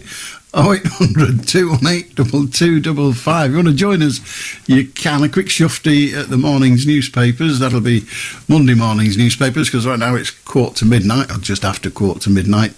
And needless to say, Suella Braverman appears on the front page. Braverman smear fears over curbs on migration. Don't mention the speeding. Cheapest rail tickets are not available at the booth. So if you go up to pay at the booth in the railway station, you can't get the cheapest tickets. You've got to do it online, it would seem. And the Tories have been given a £5 million donation. It probably tells you in the Daily Telegraph who gave them the money. But I don't know who gave them the money. And caring gets in the way, really. The Sun, Star feels he's been knifed by ITV bosses. When they say Star, they mean the dreaded Phil. He gets 6 months' pay and Holly's off for 2 weeks. Phil, I'm completely broken. This is, you know, Philip Schofield, who's resigned or sacked. We know not which, but told he's not wanted anymore from this morning on telly. So, says he's completely broken, but apparently not completely broke. Sunak seeks a verdict of the ethics chief on Braverman code breach, says the Times. German men take a stand for sitting to spend a penny. Have you got the German men sitting down to have a wee? Oh dear. Still, you know, their shoes will last longer. NHS app to let patients book private health care. Can you imagine that? Can you imagine going in a private hospital and you're in a 2-person ward and you're on the NHS and they're paying £1,000 a day? That would be fun, wouldn't it? That would be fun. They'll have to put one of them curtains like they have on the plane. You know, when you're dying for a wee and on the plane, and the queue's enormous, and you go through the curtain and try and have a business class wee, and gosh, somebody comes up in a uniform and gets right off it. Such is life. Now drug driving overtakes drink driving. Well, they would. They're drugged up because they go fast. There you go. That's the Daily Mail. Shock report reveals danger on the roads as 80 a day are caught high behind the wheel. High. High five behind the wheel. No, high 80. Fast tracker out, says the Daily Mirror. They're not in any way partial against the Tories, are they, the Daily Mail? The Daily Mirror. Not at all. Probe call as we revealed her team denied 6 weeks ago she'd had a speeding ticket. In other words, her team lied on her behalf. But of course, when the inquiry comes, we will discover that she didn't know they'd lied and didn't ask them to lie, and indeed has sacked 3 people who may or may not have lied. That's how it works. What's the point of having staff if you can't sack them? The Guardian, pressure on the Prime Minister to launch an inquiry into Braverman's speeding row. Kyiv denies Russia has control of Bakhmut. And 1 down, 2 to go for champions Manchester City. Although on the female side of the fence, Manchester United won the derby today. I saw a little bit of it, and it was played in Leigh. At Leigh Sports Village, as it's called. I don't know why they call it a village. You see, it's a pitch and some gym stuff and a swimming pool. Very good swimming pool, as it happens. Daily Express, Europe turns a blind eye to let migrants reach the UK. Well, of course they would. Of course, why wouldn't they? Why wouldn't we? If all the migrants came here, said, we're only here for a bit, we're going to Ireland, do you think we'd stop them? Would be Ella's like. Daily Star, it's Bake Britain. Bake Britain, get it? Play on Great Britain. Suwan, oh, here we go. Suella is in the Fast Chance Saloon. Not the Last Chance Saloon, the Fast Chance Saloon. That's the Metro, eh? You can tell why they've gone online. China slaps a ban on US chip maker. I was talking about American chips earlier. Oh, no, they were Canadian. But a chip's a chip, let's face it. China slaps a ban on US chip maker after G7 rebuke ramps up tensions. Allen and Overy Sherman merger set to create a £3.4 billion Atlantic law firm. That's the Financial Times. They have all the funniest stories, don't they? 0800 218 2255. You want to join us? You're more than welcome. How do Simon? Hey, Alan, I want to talk about Philip Schofield. Okay. I want to go on about the sudden happenings in his life. He started off on children's TV, a good-looking young man with jet black hair, and after about 2 years, his suddenly went white. Fast forward it, and he was a happily married man with 3 children, and then suddenly he comes on this morning and he's turned into a gay man, and he hasn't got a partner after 3 years. He's living in his own house, as far as I know. He hasn't got a partner yet. In between time, his brother's been accused of terrible crimes. He's gone to prison. And now they're going on about he's having a row with Ola Willoughby, and that's why he's coming off the screen. Well, it's obvious why he's coming off the screen. Because he's thinking everybody's looking and accusing me, and he's stressed out. And, you know, that's why he's coming off the screen. It's nothing to do with that little row with Ola Willoughby. I mean, he's not an invertebrate. That's about it, really, Alan. And what are you using to assess that? Yes, he was a children's telly person. The idea that he changed into a gay man, well, no, he would argue. I've never spoken to him about it, and my money's on you not having done so either. But in all the reports of interviews with him, and we don't know whether they're truthful, but all the reports he claims, I've always been gay. I've just always tried to live the life of a straight man for my career and for my way of living, because that's the way that people want you to be. So quite a lot of gay people come out late on, even after they've had children in their life. Yeah, but he's come out and he's still living out with his wife. And he's entitled to do that. He's entitled to do that. He's gay, and he's always been gay, so... he is entitled to live the life he chooses to live if it harms nobody else. or harms as few people as possible. And if he still has an understanding with his wife where they can share the matrimonial home and look after the children, I would say that's a good thing rather than a bad thing. Well, I would if it's the truth. Excellent. So, if it's the truth. That's all I've got to say, really, Alan, yeah. Just, okay, Alan. Yeah, have a good night. 0800 218 2255. I really don't care what sexual preference, or it's not really a sexual preference, is it? I mean, that's offensive. I'm not going to apologise, but you know what I mean. It's not. You are who you are. I mean, I don't know if I'm straight. I've not a clue. I've never tried the other stuff. I've never been that interested. But some do, some don't. What the heck? 0800 218 2255. Apparently, if I've applied to join the gay club, I'd be turned down. That's the cruelest thing anyone's ever said to me. Oh dear. And at my time of life as well, let me tell you, it's just gone midnight. How do, Anthony? Good morning, Alan. Good morning. Yeah, I've just going to say I've been in hospital the last week. Arrow Park Hospital, which you probably heard of. Now, I went in after a minor car accident, so I got a cut above my eye, and I just thought I was going to be there for a couple of hours, but they did a COVID-19 check on me, and they said, Anthony, the good news is your cuts and everything are superficial, but you've got COVID-19, and we're going to have to keep you in for, until it clears, which it cleared on Thursday.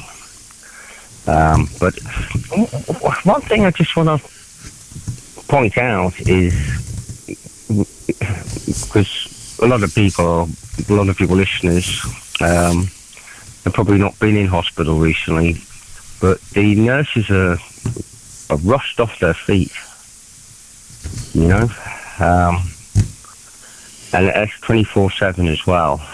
And because I was in an isolation room on my own, because I was told because I said, look, can't I just go out just to get some fresh air? And they said, Anthony, if you give COVID-19 to one of our cancer patients, you might kill them. And I thought, oh well, you've got to just accept the fact and hack it. And fortunately for me, the virus cleared on Thursday, and then they let me out, as it were. But the nurses and the staff who did the food, the cleaners and everything like that, the doctors, who I came across every day, they couldn't do enough for you. And I'm so appreciative about it. But I did ask one of the nurses, I said, well, what's your basic pay? And she said it's the minimum wage. This is probably for a 10, 12-hour shift, and working your bollocks off, you know. And I just thought they are definitely underappreciated by, let's say, certain elements in the government, and they need to give these people a proper pay rise for the work they do. I'm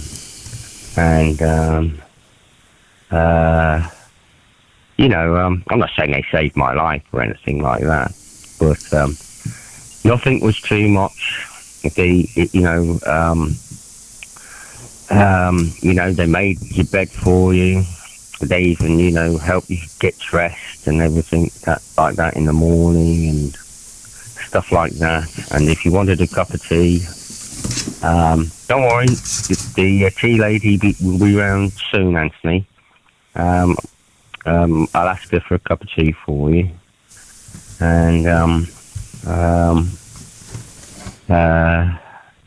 I was amazed, really.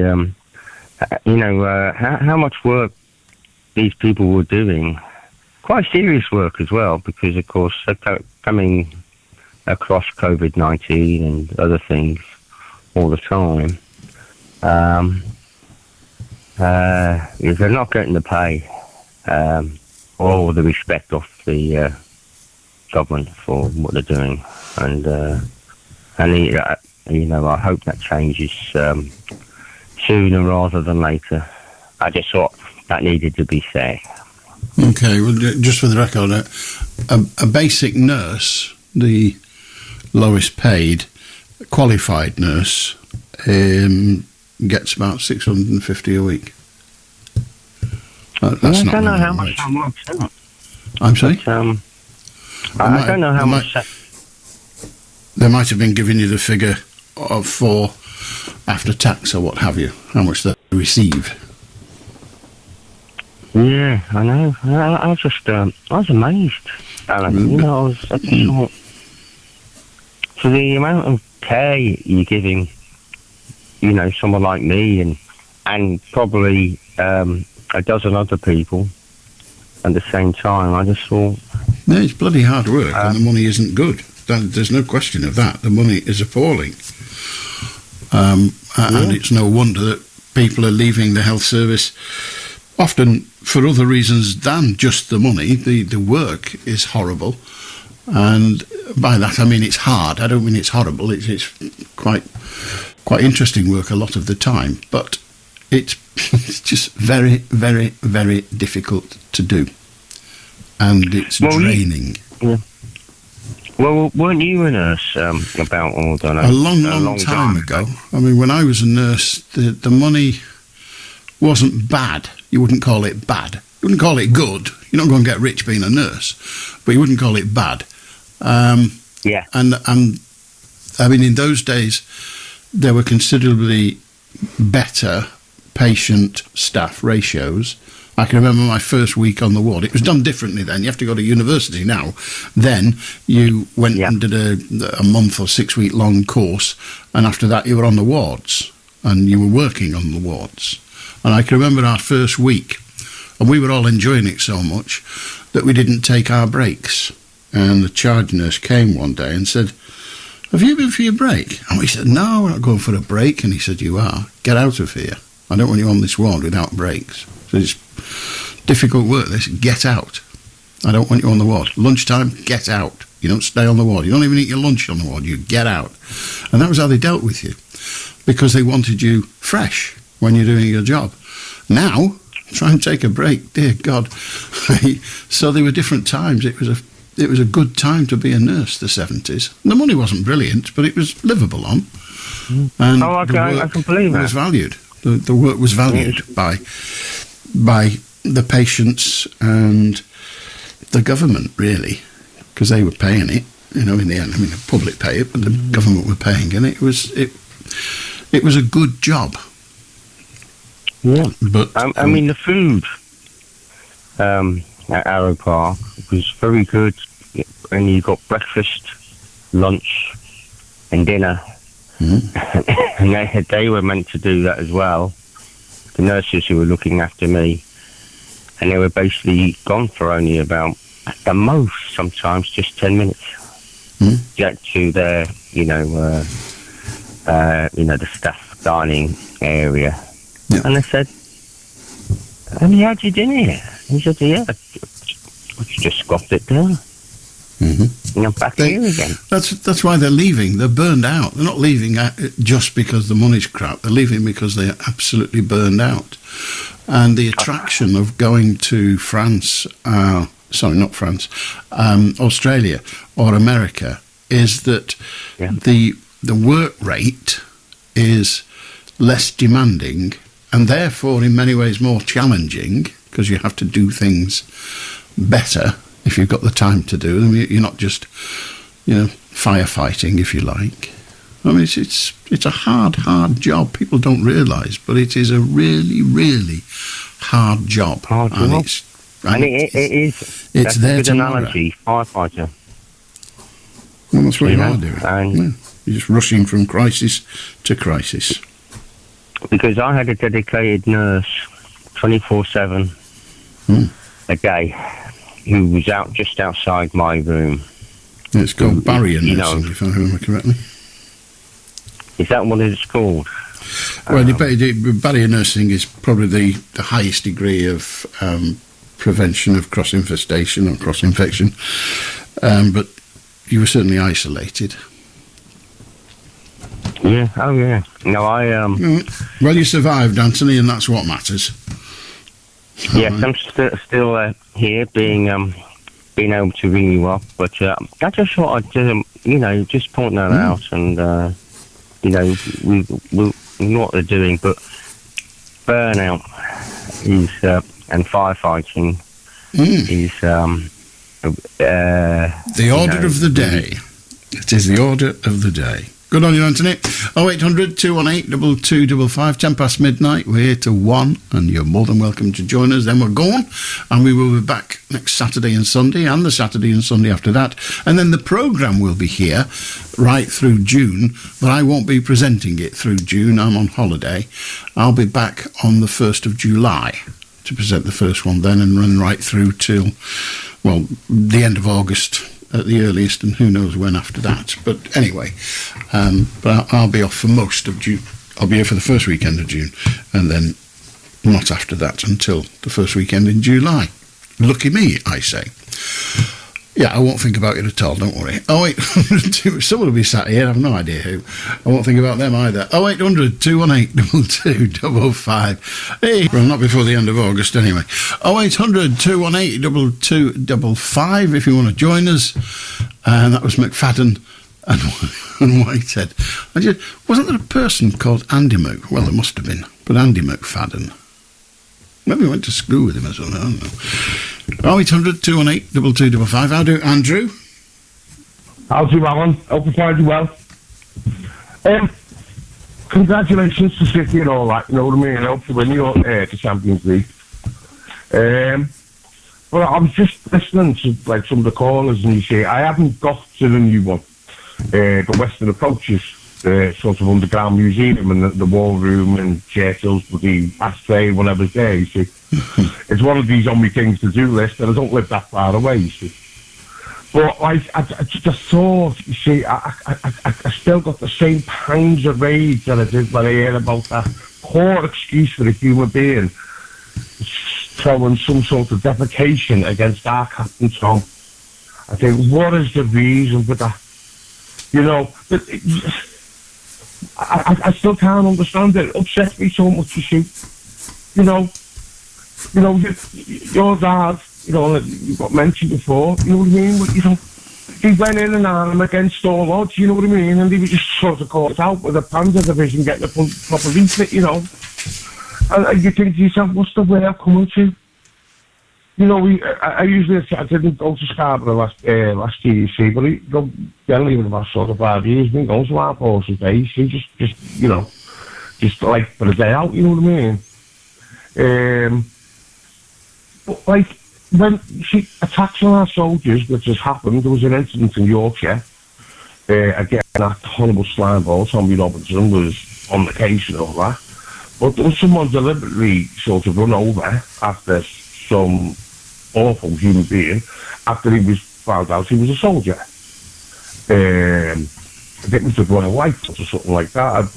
That's your name, I feel awful over it.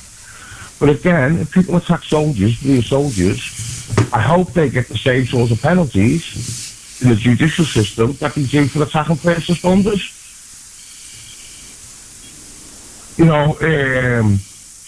I know you had that you say you have your friend Andrew McFadden, and I'm an Andrew, and I always think with total despair, I went out that officer who died, he was called Andrew, he was dragged along by a quad by two horrible people that show no remorse. And you know what? If the car prosecution service are out there listening, I think, I'm not saying give up the ghost and all I said, but you should make sure those two horrible people never ever drive a car or any motor vehicle legally in this country. You know what I mean? Because anyone who says the fella looks like he might be about 14 stone or something like that. You know what I mean? Anyone who says that they don't know that you're dragging a weight like that along and pretends that it didn't happen, has got no conscience, you know what I mean, and deserves to burn in hell. You know what I mean? As a driver, that's impossible, because I'm telling you what, if it was a bag of money, you wouldn't have bloody left it like that. Anyway, that's it. Just one more thing. Again, we've had the Leslie out, and we're talking about the buying F-16s, you see. F-16s started in 1967 or something like that, or maybe earlier McDonnell Douglas. They got bloody millions. The only thing, they have to have a collector, because they like bespoke, you see, with the software. They don't have, like, the Polish will have theirs, we'll have ours, you see, with the Americans over in sort of the southeast and that. And I just think to myself, like you say, we've got like bloody nurses going to food banks and all that, but we're all like sponsoring foreign wars. We need to do something instead of just like funding one side to get in there and try and get some sort of resolution. Because the longer it takes, the harder it's going to be. When you say we should get in there,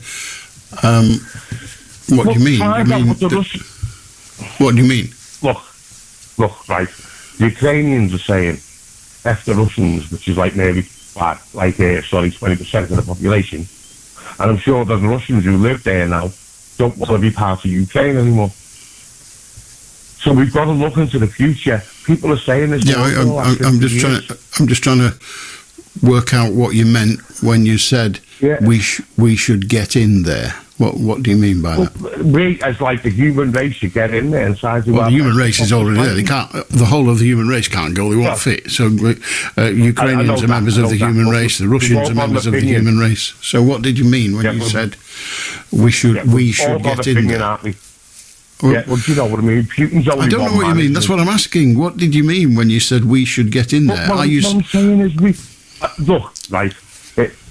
The United Nations has proved many times it has no affection on reality, right? It doesn't matter what the sort of resolution is, you know what I mean? And we've seen like Israel break many human rights accords, and nothing happens. There's an in with the Americans, and that's the way it is. But do you really think that, we should be just willy-nilly? Who's we? I'm trying to find out who. Like, Great Britain. United Kingdom of Great Britain. Okay, so the UK. Do I really think the UK should what? Should fund this war, like we're doing. When there's nurses out there in food banks. Shouldn't we do more to protect our own and to work on a peace resolution? I don't think we've done anything. Well, it's not. That's my opinion. Is not the way to get peace, first of all, by establishing you are strong enough to resist what is being threatened against you or action taken against you. You don't get peace by not being involved, do you? No. But what I'm saying is that how come YouTube in our country, the United Kingdom of Great Britain and Northern Ireland, refused to allow the massacre of Odessa, and we're talking about in recent times, within a decade, where 70 people were killed at least, and most of them ran into an old Soviet trade union building and were burnt alive. I've seen an image of a 15-year-old kid whose only crime was to wear the poppy, the Russian, the River of St. George, surrounded by big black-clad gangsters, right? That kid was never seen again, Alan. So, I'm confused now. Are you saying we should ignore that and things like it? Are you saying we should ignore that and things like that, which are going on presently, apparently, and just ask the Russians to be nicer? No, because what I've seen is a lot of wrong rhetoric. Like I watched several months ago. Indeed. an investigator. So let me, without, no. I don't want a wider story. I'm not clever enough. So I want to confine this to one thought. I'll ask you a question. Do you think the United Kingdom should in any way be involved in supporting Ukraine financially? Yes or no? NATO should. We shouldn't. No. I don't want it widening. That's what it's about. Here's the question. Here is the question, and we're part of NATO. You didn't. NATO, Shut up. NATO. We are part. Shut up, you idiot. We're part of NATO. If NATO goes in, we bloody well go in. So here's the question again. Should we or should we not, the UK, be involved in Ukraine? Yes or no? Good night. 0800 218 2255. Must be awful being daft. Still, you get used to it after a while, I guess. If you want to join us, you can. Pick up your phone, have your say, talk about anything whilst we listen. The word comes from Roxy. I'll do Michael. All right, Alan. Yes, thanks. How's things? Fine, thank you. Belting. Yeah, that song, Something Inside So Strong. I have heard it, yes. Sublime. Yes. It's many people like it. So many people. Can we talk about gambling, Alan? If you wish, yeah. You need to turn your radio off, Michael. I can hear it rattling around in the background. Oh, I do apologise. Yes, the gambling laws. What do you think about it? I rarely think about them. What do you think about them? I think it's a disgrace. I think they're killing the country. And the amount of people who's struggling with gambling is unbelievable. And I think the way that the government portray the fact that the laws are just ridiculous. So what should they? What's wrong? What's wrong with the laws? The gambling laws. Well, what's wrong with the laws? I think it's all in their favour. Well, it's all preaching gambling, and they're trying to diffuse the fact that a human being who's got gambling problems, trying to reduce it, but then they're preaching it, and there's no laws saying that you shouldn't gamble. Well, are you suggesting then that gambling should be made illegal, all gambling?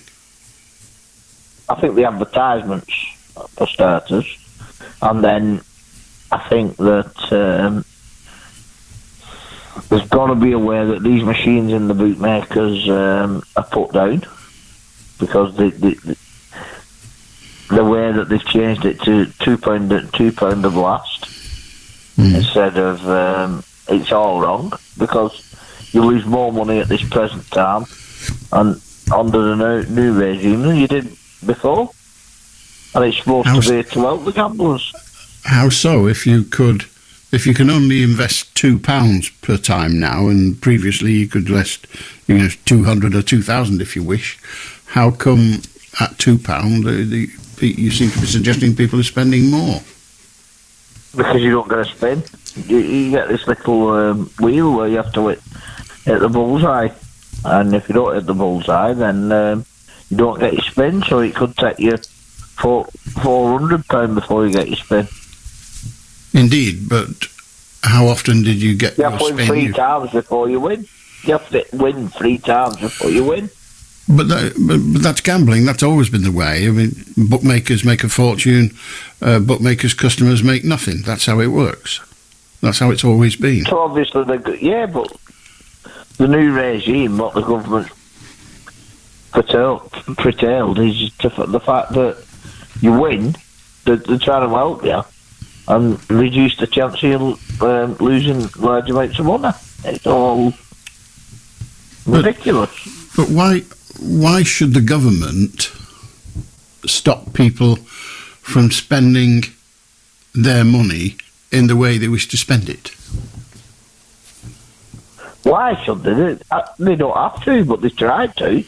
Why they send this presumption that the gambling, we'll stop you, there's too many people suffering, there's too many people gambling, we'll stop you from having £100 spin in a bootmakers. But it's not. It's wrong. So, I mean, I've never used one of those machines. I did try once as an experiment, and I couldn't be asked. I got bored after about 30 seconds. But I'm rather confused. You seem to be telling me that people are spending as much or more money at £2 a slice than they did when they could spend £200 a slice. I don't. Correct. Well, I don't understand it. The system's changed, where they have this little circle, and before you get your spin on the actual roulette wheel, you have to land this arrow in a certain object of the wheel, and if you don't get your spin. So you have to win twice before you even do it. And if the larger percentage of your bet on the wheel, so if you put £100, the larger perspective of your bet, the lower chance on the But isn't it the case that there's now a limit as to how large an amount you can bet? Yeah, you can only bet £2, but if you put £100 on that or £100 bet, then you just told me you can't. You can only put 2. Yeah, you can only put 2, but obviously the circle, then you've got about a 99%. If you put £100 on the roulette table, so £100 chips, it's £2. But if you don't get your arrow, then if it's £2 to take part, where does the £100 come in? Because you put your chips on the wheel. Yes. You can put as much as you want, but you have to win twice to get that spin. So if you don't, your arrow doesn't... I mean, I'm going to stop, because I haven't a clue what you're talking about. I've never seen one of these machines, really, and have no understanding of them, but I can't understand, probably because I'm stupid, I can't understand that you invest £2, but you have to pay £100, but you're not allowed to pay £100, you only have to pay £2, but you have to do it 3 times, which is £6, which is still £94 cheaper than £100. So the questions I've got are they're driving me mad. But you say the gambling laws are not sufficiently stringent. Without going through the rigmarole of how the machine works, again, please, how do you think the government, what do you think the government should do? What do I think they should do? I think they should... nothing. I don't think they should do anything, but there's no reason for them to portray to say that they're doing the best by... So when you said earlier the laws aren't strong enough, you don't want them to be made stronger. You don't want the government to do anything. I don't want them to do anything. But don't go out there and say that the benefiting...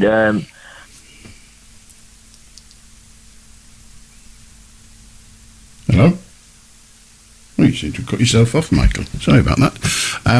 Basically, what he's saying is the government gambling laws are not good enough, and they should stop lying.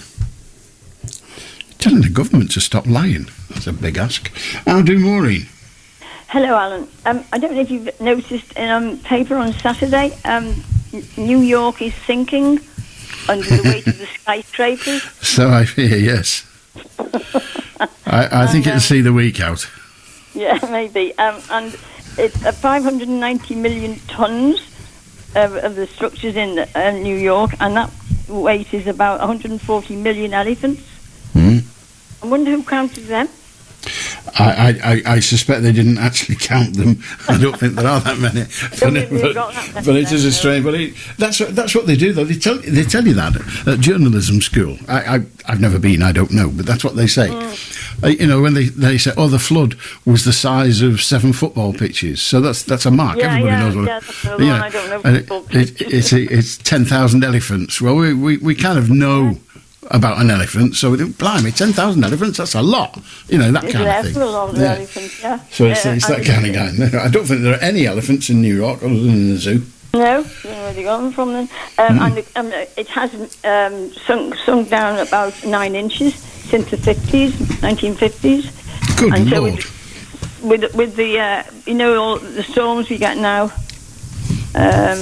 and the pressure, all that. I don't know how long it'll take to sink it, but I don't know. But I don't think we'll be here. No, it's going to be at least a fortnight. I can give you some information about things sinking. Did you know that the mainland UK is tilting? Oh right. Yeah. Which way is that then? It's tilting, going down in the east and up in the west. So it's slowly tipping. Yes. So if you imagine, I was hoping it would go like nearer to Spain, to be a bit warmer. No, that's moving about. I don't know whether we're moving about. We possibly are. I don't know. But we're actually on an axis. If you take an axis along the Pennines, the left-hand side's going up and the right-hand side's going down. Yeah, well, we're probably still evolving, aren't we? The world is still evolving. Yeah, we are, and that's how it's evolving.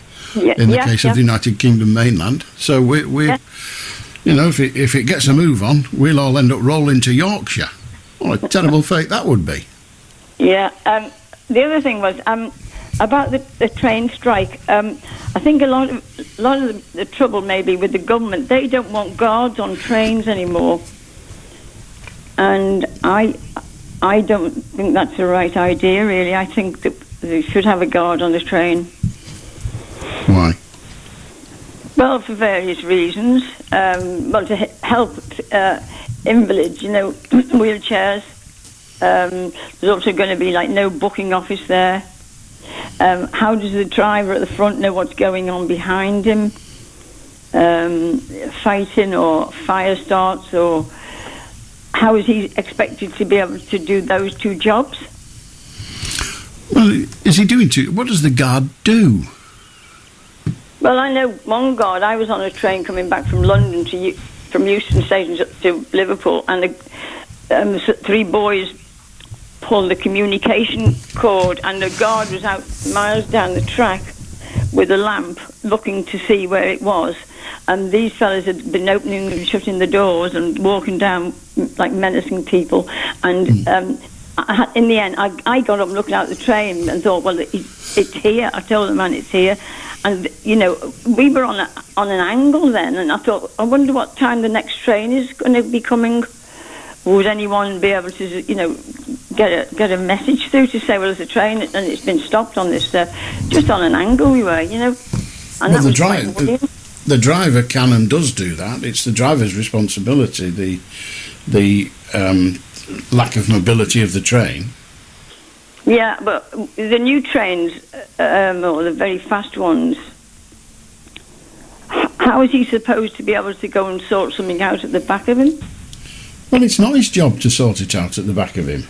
Well, who is in charge at the back of him then? Well, that's what the guards do, don't they? What the railway companies say, and I have no way of challenging this, they say that quite a lot of trains already operate without guards. Loads of trains operate without guards. London Underground, millions and millions and millions of passengers a day, operates without guards. Yeah, that new Elizabethan line, isn't it? Well, I mean, abroad, there's always a guard on the train. Michael Portillo, when he's on trains, you always see a guard there. I just think people would be, I don't know, just feel safer with the guard. And if they said, well, in order to pay the guard, we've got to put 10% on the tickets, you'd be happy with that, would you? Well, no, I wouldn't, because I think people have to pay such a tremendous amount of money every year. Well, indeed, but if they try to reduce the amount of money it costs, because 1/3 of every business goes on staff costs.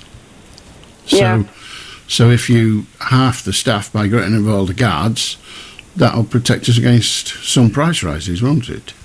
Well, I didn't know about that. I think, safety is very important. No. I said it'll save money. I didn't say it'll get less safe or more safe. Will the man at the front get more money then for being the guard as well? No, he's not the guard as well, he's the driver. And so what happens if something does happen? Well, the answer is, I don't know. I don't know. What can happen? I don't know. All sorts of things happen. Well, like this thing, I was years and years ago, but it was just you just need felt safe with the guard. If people start misbehaving in the carriage, I promise you, the driver won't stop the train and come back and deal with it. You're not going to. No, we won't. The thing was, when I was the guard won't either. Trouble starts on the train. You find the guard hiding in the guard's van. No, he wouldn't. No, not years ago. I don't think so. We're not living years ago. We're living now. We're living now. I mean, we've got rid of the bloke with we've got rid of the fireman because we don't have coal anymore. We get rid of the jobs that aren't necessary. Well, that's a matter of opinion. I think a lot of people like to see a guard in the back. Well, let's have one in every carriage and pay £100 extra for our tickets. That'll work. Have a good night, Morin. 0800 218 2255. No matter how hard you try, the answer is at the coronation. He's a bloody American. The whole idea was that they told us they don't want us anymore. We had a big war about it. What are you doing getting Americans singing at a king's coronation? It's outrageous. Anyway, I come from a generation where if a woman sang a song and there was a lyric, I'm easy, it would be quite offensive. But he can get away with it. That's life. There is no justice. That I learnt a long time ago. 0800 218 2255. How do you text? All right, Alan. I was just listening to the bloke trying to explain about these roulettes and how they work now. It is a £2 limit. And if you stick to your £2, just have like £2 on one number or £1 on two numbers, you get your spin on the roulette wheel.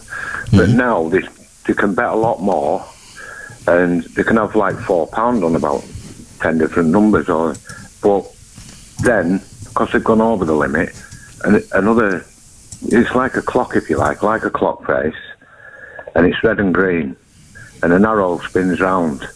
But when they put big bets on, they've only got like this section that is like 5 to 12, a little sliver. And if it doesn't go in green, you don't get a spin, and it takes you £2. But if you get a spin, and you've got like £4 on it, it pays you out that you've got £4 on it. But it's very rarely they get a spin on it. And I think that's what he was trying to say, it was unfair, but that's how it works now. But to be honest, I mean, I'm not shocked that a gambling machine is unfair.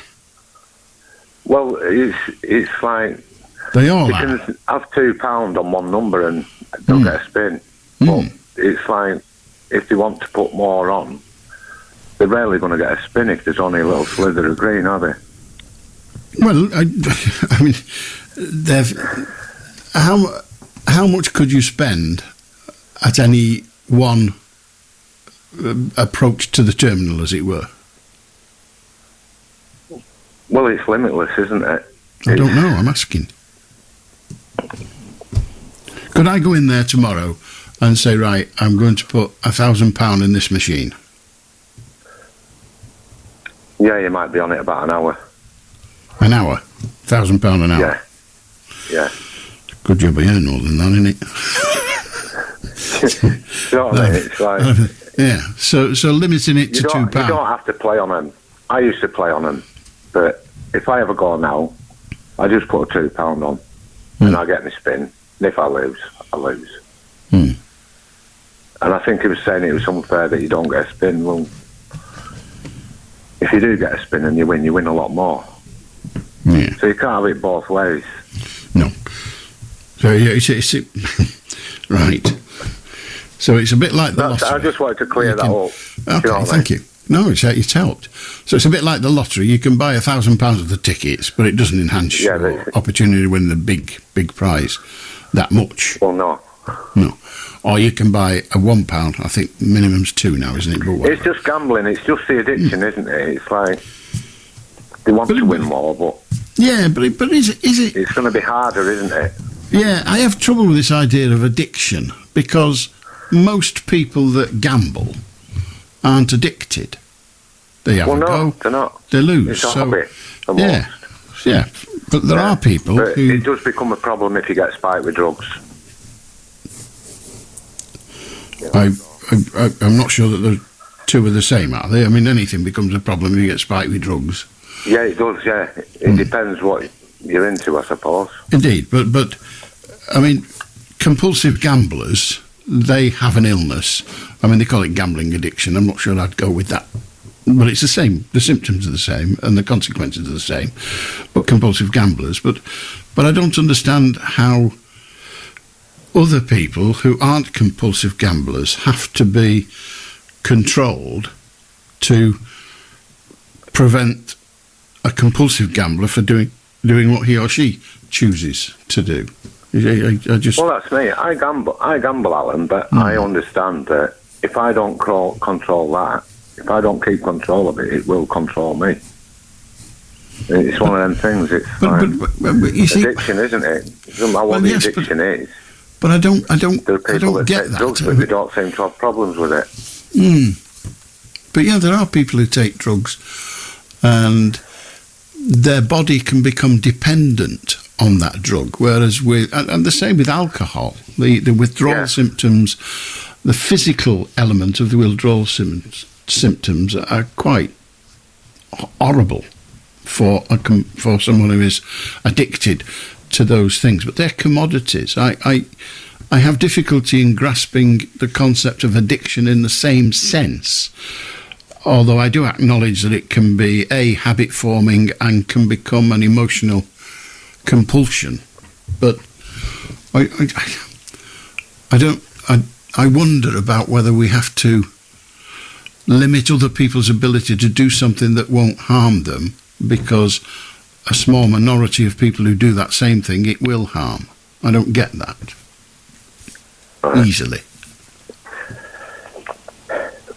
Yeah, I do understand what you're saying, but I feel we need a crutch, and I feel that I'm pretty blessed in that mine was gambling, because I won't have these problems that because I see people with problems with alcoholism and drug addiction, and I couldn't understand. I couldn't imagine how hard it is for them to not do you know what I mean? To give it up. It's got to be so hard.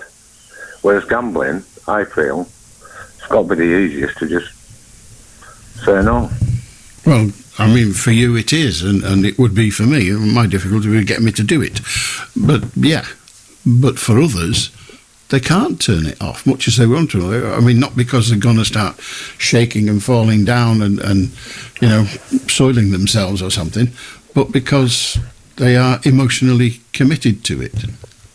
Yeah, and it's that word committed, really. It's like they're chasing it, and it's like it's not happening, is it? But you see, I've had my own problems with it. Yeah, have you? But oh yeah, and but it's like, you see, gambling is a problem, and it's not. I was being spiked with drugs, and that's what made it a problem. Ah, right. Well, who was doing that? Well, it's so widespread, Alan, you won't believe. Really? Yeah. Well, how and do you it's get... actually it's like the withdrawal from the drugs, right? It's like when these drugs are active, you feel really good. But they're only active for a few hours. But the withdrawal from it is like you're pissed off times 10. And you think you're looking for something to lift you up. But when you get into gambling, it's like you end up getting a hiding. You know what I mean? So, but I'm intrigued now. I mean, how was somebody spiking your drinks? How was that done?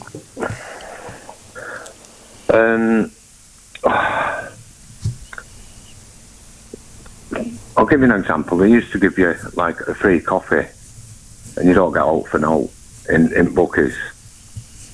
But you don't get out for no, and they put drugs in that. Do they? And these drugs make you think you're clever. So, and I don't know. It's just there were times when I walked into the money bookies with money in my pocket. Whatever I walked in with, I walked out with no. And it's I don't. But I worked out years ago it was down to being spiked. Right. I've never heard that before. Yeah. Not a lot of people can work it out. I didn't work it out on my own. But have you told a the psychiatric authorities? nurse told me work it out that I was being spiked with drugs. Well, the psychiatric nurse may well have told you I had a phone call from a GP last week, and side effects of these drugs are joint pain, chest pain, cardiovascular problems. Yeah, I know about the consequences of drugs. The thing you said that has caused me concern is that one can wander into a bookmaker's. I could wander into a bookmaker's. Chance to be a fine thing, but I could wander into a bookmaker's just because you got a free coffee, and I get a free coffee, and they've served me drugs. Now that's a criminal offence. Yeah, but you won't be able to prove it. Of course you would, very easily. Oh, would you?